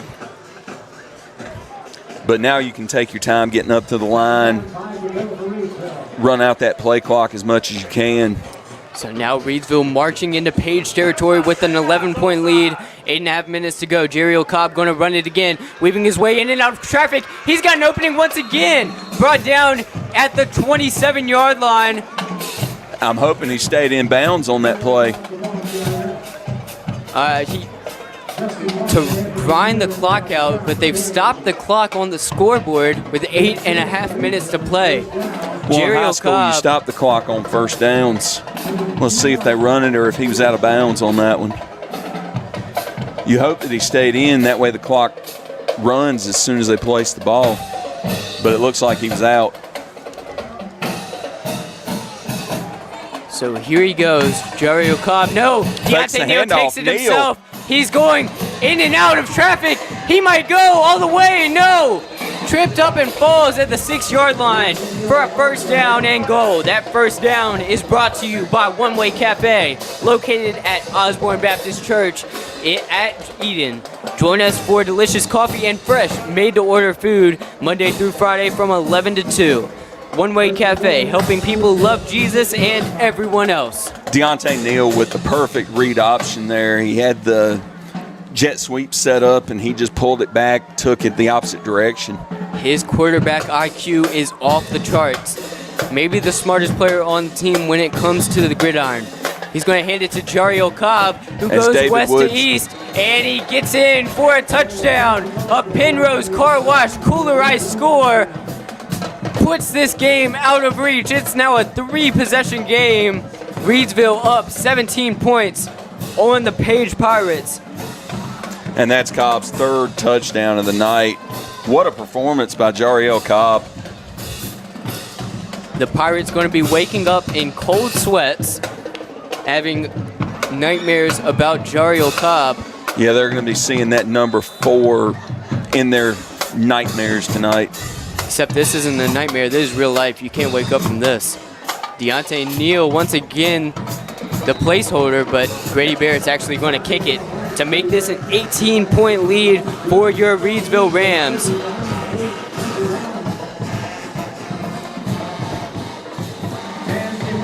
Reidsville going to kick it off 39-21. Reidsville Rams in the lead of the Page Pirates. 7 minutes, 52 seconds to go. Rockingham Update is the community source for local programming, government meeting coverage, community events promotion and broadcast, sports, local nonprofit news, and so much more. Providing digital community news on all platforms since 2007, RockinghamUpdate.com serves to the Rockingham County with dependable information and the coverage it deserves. For local programming, including local meeting coverage, sports, local nonprofit news, events, and so much more, visit RockinghamUpdate.tv, your #1 IPTV station in Rockingham County. For a full list of programming and to watch live, visit RockinghamUpdate.tv. So that kick bounces to the 30. Nobody gets a hold of it except for Elijah Jones, who trips. He's still up. Oh, no, he's got an opening. He cuts back across the 30, cutting back. Gets to the 34. He broke about 57 tackles on that one play. And an update on Cobb's statistics for tonight that we just got from one of the Reidsville statisticians. 19 carries, 196 yards, 3 touchdowns on the ground. I wonder how many all-purpose yards he has. It's got to be over. It's got to be close to 250, if not over. They'll be trying to run the air out of the ball, so he'll definitely surpass that 200-yard mark for rushing. Jariel Cobb what a job by him. Air Force commit. I'm looking forward to the Falcons getting that kid. Here they go. The handoff is not going to go anywhere. That off-tackle counter left, that play had been working most of the night, but usually Jesse Poole it up there. Usually Jesse Poole, to your point, was a good 2 or 3 yards at least every carry, and he would usually get like 7 or 8, but just bottled up by the entire Reidsville defense. Yeah, he's probably averaging 5-6 yards a carry. What Eric Teague wanted, which was he wanted 11 golden helmets around that ball carrier. That's what he got right there. Oh, and they contained that play very well. The linebackers stayed home. Everyone stayed on their assignments. Blue Death stepping up. 7 minutes remain. The Reidsville Rams trying to hold on with a 18-point lead against the Page Pirates. Whistle blows the play dead. Again. We got a false start. What's the ideal defensive scenario right here for Reidsville? Ideal defensive scenario, just make a stop. You're up 3 possessions. Just make the stop. False start. You just don't want to give up points. And you don't care how many minutes it takes for you to get that stop. No. If Page is willing to run, make the stops and let them run that clock down. Here's Nigel Henson, the sack on the play. Oh, wow. I think that was Bryson Miller who got to him. Oh, no, it was not. It was Corey Rhodes.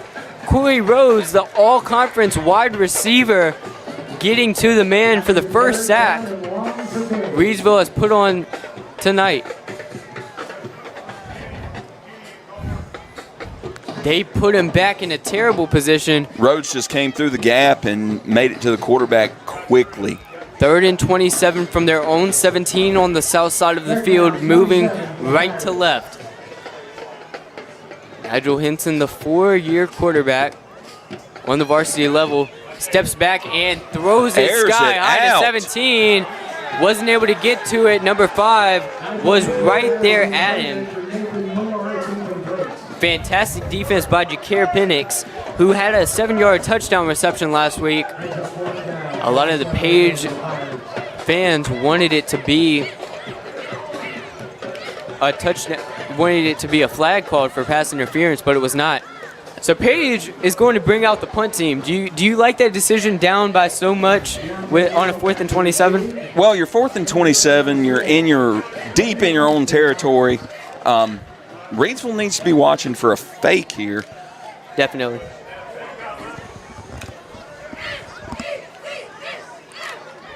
So some more personnel comes onto the field. To give the ball back to Reidsville deep in your own territory and possibly give up another score. Whistle blows, and that was a false start on Page.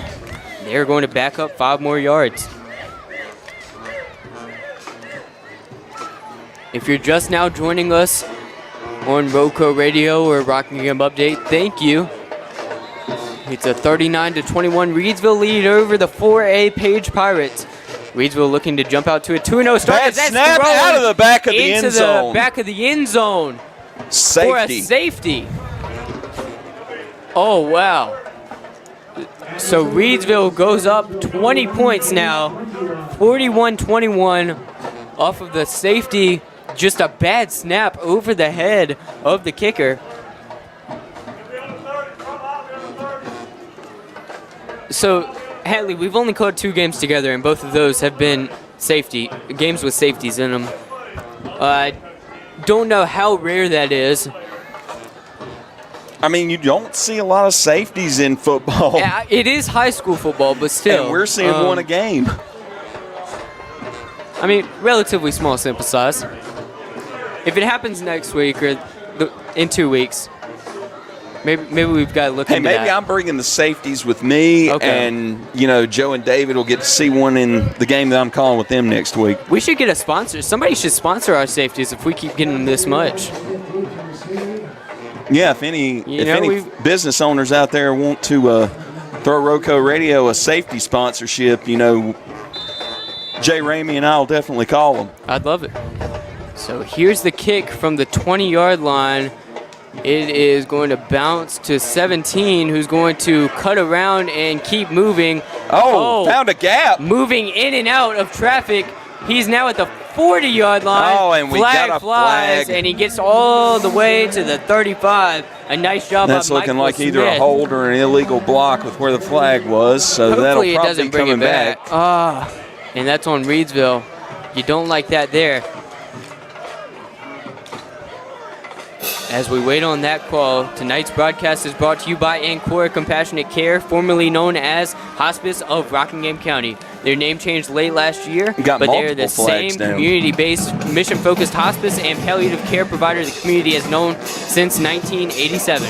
Providing specialized care for those coping with serious illness, Ancora's mission is to be a supportive presence for life's journey. When greater comfort and rapid response matter most, make sure it's Ancora Compassionate Care. They'll always be there because they've always been here. To learn more about how Ancora can support you, visit AncoraCC.org. Just as they are a supportive presence for life's journey, Ancora Compassionate Care is proud to support our local football teams on their journey towards successful seasons. Well, we had Reidsville with an illegal low block on the return and also a hold on the return. The low block was declined, and they will take the penalty for the hold that was further back. So that will move Reidsville back 10 yards from the spot of the foul. Still, starting your drive at the 50-yard line is nothing to sneeze at. Oh, no. Yeah, that was where the penalty occurred, Jay. They moved it back to the Reidsville 41. But still, starting at your own 41 with under 5 minutes. Yeah, now you in a can. three-possession now you've got more game. room to run the air out of the ball. Oh, absolutely. They brought in a new quarterback. He's going to take the high snap. Yes, Johnson coming in, seeing his first action at quarterback. Back, and this man is putting on a show before being brought down about 5 yards behind. Yeah. So that's Braxton Johnson, the 5'8", 150 freshman. Only threw one complete pass last week out of two passes thrown. And he's got his yards. first completion today, but it was for -6 yards. It looks like the receiver caught it close to the line of scrimmage, but he was trying to run backwards to gain yards. Sometimes you just got to go down on the ball and not give up that yardage. So Reidsville, wearing white uniforms with blue numbers and gold helmets, is looking to finish things off. 31-yard line is where Johnson will take the snap and hand it off. Oh, no. Another man is getting a big run. He gets all the way to the 46-yard line. I couldn't tell who the back was on that one. That was a good little counter. Number 21, the ball carrier for the Reidsville Rams. Sets up 39-5 for Reidsville. They say the ball carrier was number 21. I don't even have that one on the roster. It's Jariel Cobb in a different jersey. He said he put the stats up too much. And that'll be a flag. Let's see who that was on. Was he drawn off? There. Yeah, he was not drawn off. Jumped. Very angry about that. Well, those are just the little mental mistakes and discipline issues that you don't want to see. Yeah, I was taught when I was playing that when you're looking for that snap, you don't move until you see that center's hand move. Easier said than done, though. You know, there's so much adrenaline going into their veins. Well, you try to anticipate the snap count, and it doesn't always pay off. There can be fake snaps, everything. So Johnson has a 4-receiver set. He's going to throw it way downfield. He aired it out. It was a severely underthrown. It was a nice looking throw, though. Intended receiver was Jakir Penix. They weren't on the same page. Penix running a fly route. Maybe if he would have cut to the back sideline, would have had a better shot at that. But I thought that was a beautiful throw by Johnson, especially for a freshman. It had a good spiral. It just seemed to hang up in the air. So once again from the 50-yard line, 3 minutes and 4 seconds to go. Reidsville with a 41-21 lead over Page. The handoff to 21 before he is bottled up at the 50-yard line. That'll bring up a 3rd down and 10. And again, that's taking the air out of it. You know, you run down that clock. I don't know that I agree with the pass calls on this drive. I would have rather kept the ball on the ground and run that clock down. Yeah, you're right. You're right. You want to bring the clock down, but I also like that we get to see what Johnson can do in the pocket. Yeah, he seems to be fairly comfortable in the pocket. Here's the throw, just through the hands of Jakir Penix. That was more outside. Of a mixture of, you know, you get the short pass, the completion from Johnson if that pans out, and you get to run the air out of the ball. So Reidsville. Yeah, if you're going to run pass plays, you want to run stuff that you're sure of catches. Yeah, I would have liked to see some screen routes right there to kind of bring the air out of the ball, but also get Braxton Johnson some throws. 2 minutes, 19 seconds remain. Reidsville has taken over this half. It was 26-21. It feels like a lifetime ago, but it was within about 10 minutes ago that they were in precarious position as that ball is going to bounce near the 20-yard line. Tonight's broadcast is brought to you by the Circle Drive-In in Eden, serving the best hot dogs in Rockingham County for over 50 years. Located at 111 Boone Road in Eden, Circle Drive-In is your home for fast and friendly service and an all-American meal. Stop by our old-style drive-in for a delicious cheeseburger, crinkle-cut fries, and top your meal off with a milkshake or banana split. Or choose from one of our many menu items such as buffalo wings, chicken tenders, steak and cheese, chuck wagon, and so much more. Circle Drive-In since the 1970s. For good food, stop by Circle Drive-In at 111 Boone Road near the traffic circle. Here we go. It's a run play by Page. Interesting choice there with 2 minutes, 8 seconds to go, and the clock is ticking. We'd like to thank our broadcast partner, Rockingham Update, as we hit the 2-minute warning. 41-21, Reidsville leading Page by 20 points. 2nd down now as clock ticks. Reidsville about 110 seconds away from starting out 2-0 for their 12th time in 13 years. And ironically, Page is the only team that has beaten Reidsville in one of their first 2 games in the past 13 years. That happened a couple of years ago. Reidsville avenged it last year. And now Reidsville is looking like they'll take their 6th win of the all-time series. They've been playing since 1959. Storied rivalry going all the way back to when Reidsville was known as the Golden Lions. So a minute 27 remain. Page breaks the huddle at the 25-yard line. Here they go. 3 receivers set. There's a man in the backfield. We get to see some more of Nigel Henson, who we anticipated as the starting quarterback. Oh, no. What in the world? Number 12, Flo Kizamina. He's the main running back we heard about coming into the game, and he shows why right there. Just put on the speed going right up the middle. What did you see from that, Hatley? He had the off tackle straight ahead, and he made a good cut and got into the secondary, and Reidsville's secondary had to make a good tackle to stop him. So 5-man set.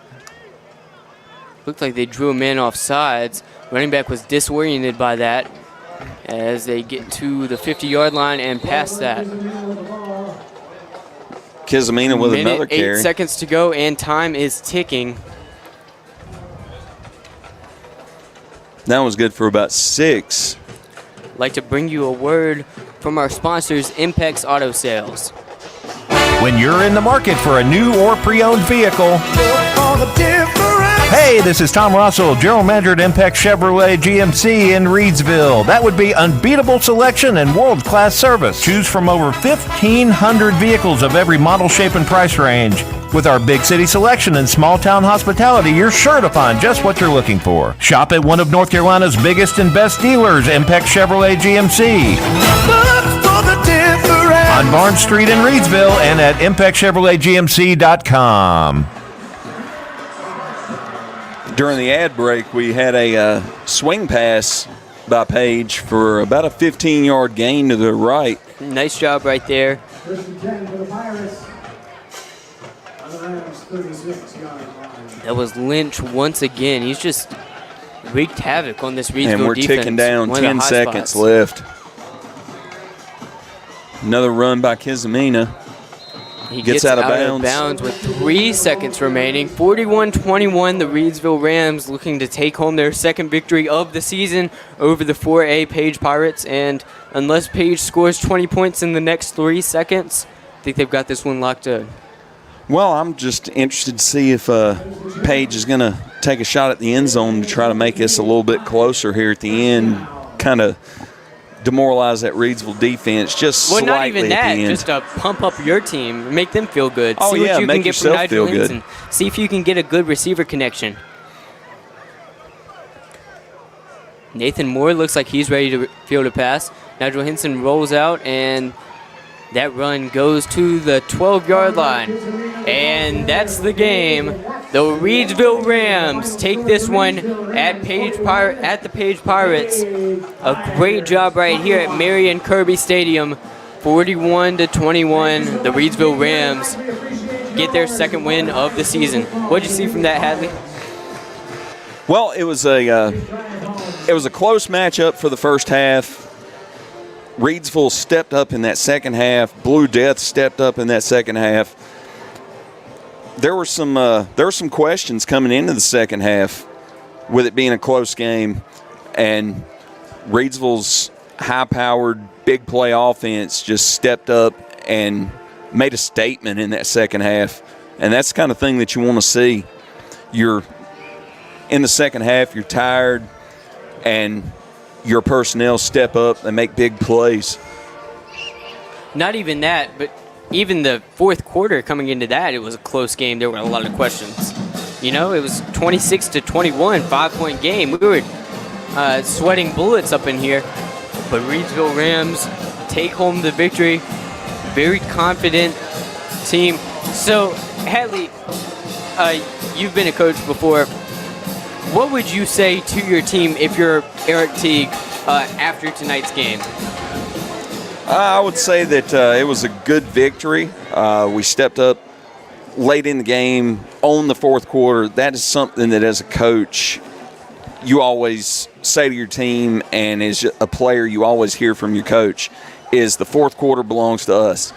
And Reidsville lived that this evening.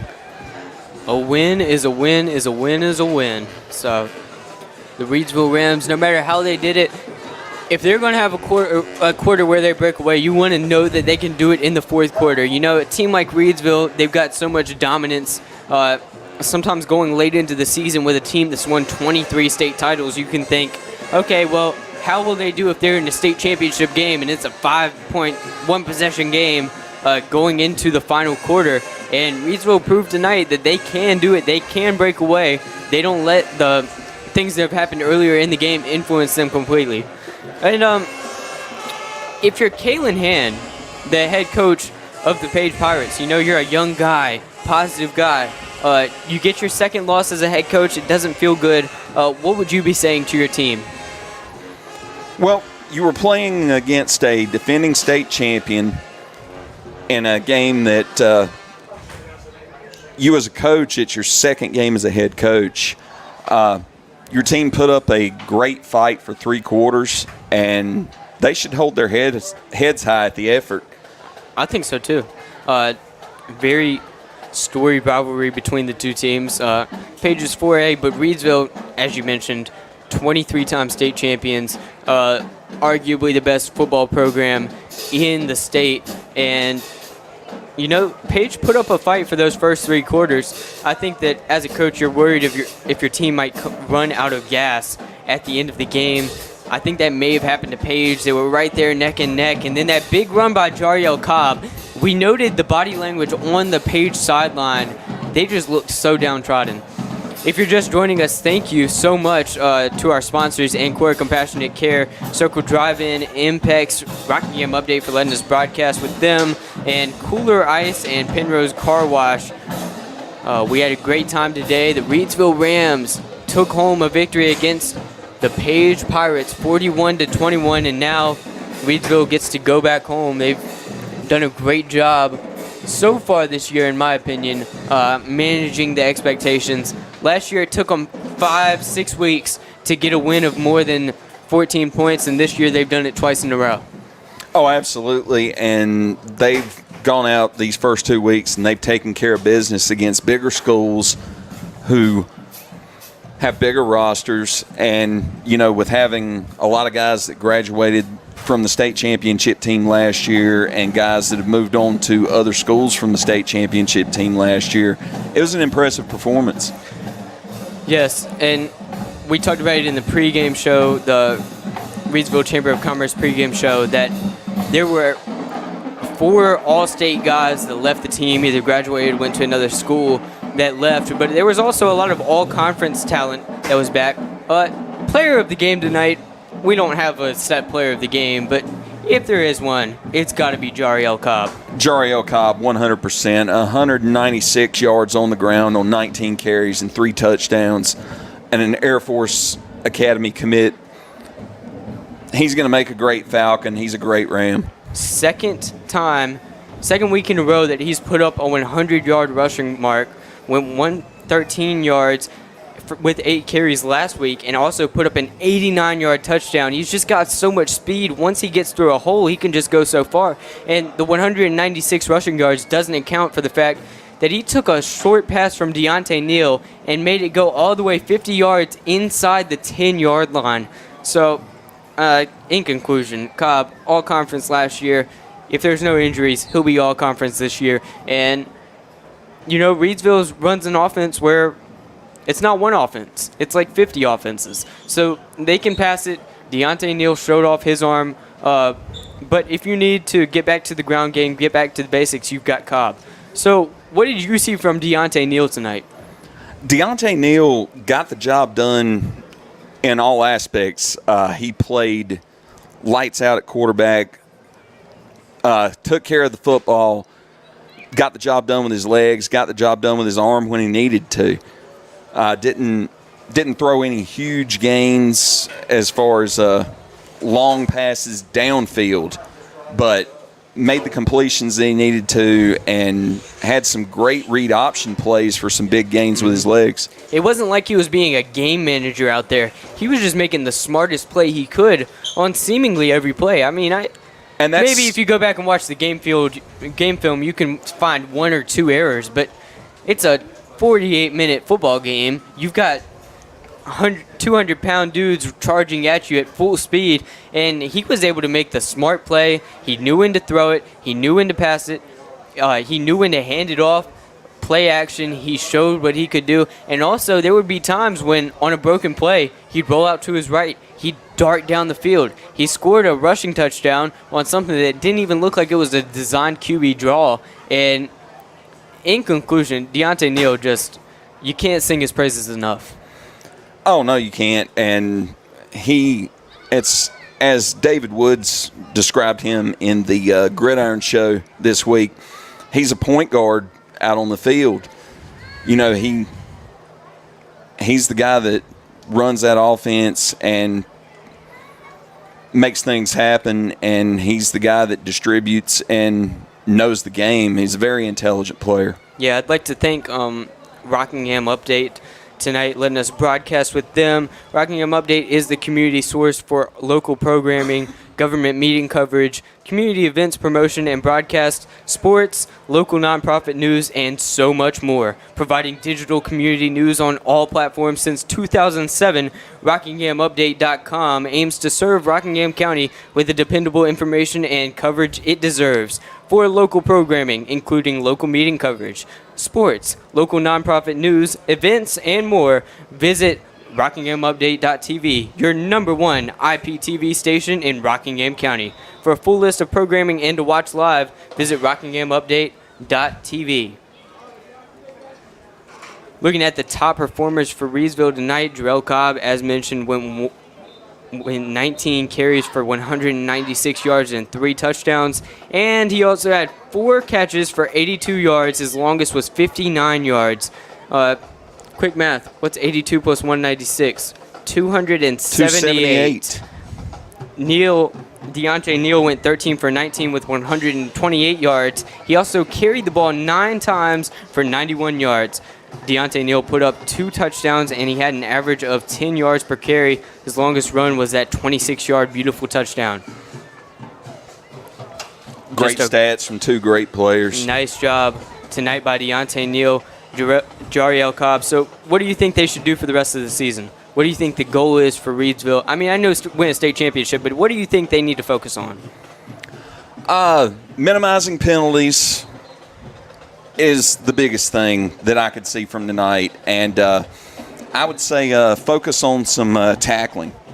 They gave up some bigger plays that I think that they could have made tackles on, and I think that if they work on their form tackling and their open field tackling and they perfect that, they're going to be even more dangerous than they already are. Yeah, you're right. It's so you were part of a football team. Does that come with time? As the season goes on, do you get smarter when it comes to penalties? I think you do. You get those first couple of games under your belt, and the discipline starts to instill a little bit better, and the mental game becomes more apparent. You know, the first couple of games, a lot of guys tend to fly on adrenaline rather than playing inside their head. And, you know, playing inside your head is not always the best place to be if you're not in a good headspace, but thinking while you play and making sure you don't make mental errors is a big part of it. Yeah, it's hard to toe that line, I assume. You know, to get down to Yadkin County, unfortunately, the McMichael Phoenix dropped to 0-2 with their loss to Forbush, 21-14, put up a fight. So McMichael now 0-2, Moorhead 0-2, Rockingham and Reidsville both 2-0. McMichael and Moorhead, they'll be playing a couple weeks down the road. That'll be interesting to see. Hopefully they pick up wins before then, but if they don't, we'll be able to see that. Right, and next week I'll be making the call with Joe Dexter and David Woods for Reidsville versus Rockingham at Reidsville. Fun game to watch. Undefeated teams in the county. Yeah, 2 undefeated teams, and one of them's going to come out with a 3-0 record, and the other one's going to start 2-1 on their first 3. And if Rockingham could win, that momentum would snowball like crazy. Don't know if, you know, based off the first 2 games we saw from them, I'm not sure they can pull it off, though. It's definitely got a shot. It's football, always got a shot, but I think Reidsville should be the favorites going into that. And I agree with that. Reidsville definitely has to be the favorite going up against Rockingham, and this is going to be Reidsville's first game at home. I know they want to take their first game at home. They want to take down their county rival. And Rockingham, they showed some very, very solid defensive play the first 2 games, but trying to contain this Reidsville offense is going to be a daunting task. It'll be a tough task. Hatley, do you have any last words on what you saw from the game? It was just a good, hard-fought effort by both teams. Reidsville did everything that they needed to do. They took care of the football, no turnovers, and Cobb and Neal had just standout performances. Just well played. Thank you guys for listening. It was a 41-21 Reidsville victory. First play of the game, Frankie Galloway went all the way 95 yards for kickoff return touchdown, and Reidsville, 26-21, heading into that final stretch in the fourth quarter, but they broke away, made some nice plays, a couple of touchdowns, got a safety, and That puts them at 2-0 for the 12th time in 13 seasons. For Jonathan Hatley, I'm Jay Ramey. Thank you for tuning in to tonight's Friday Night Football broadcast.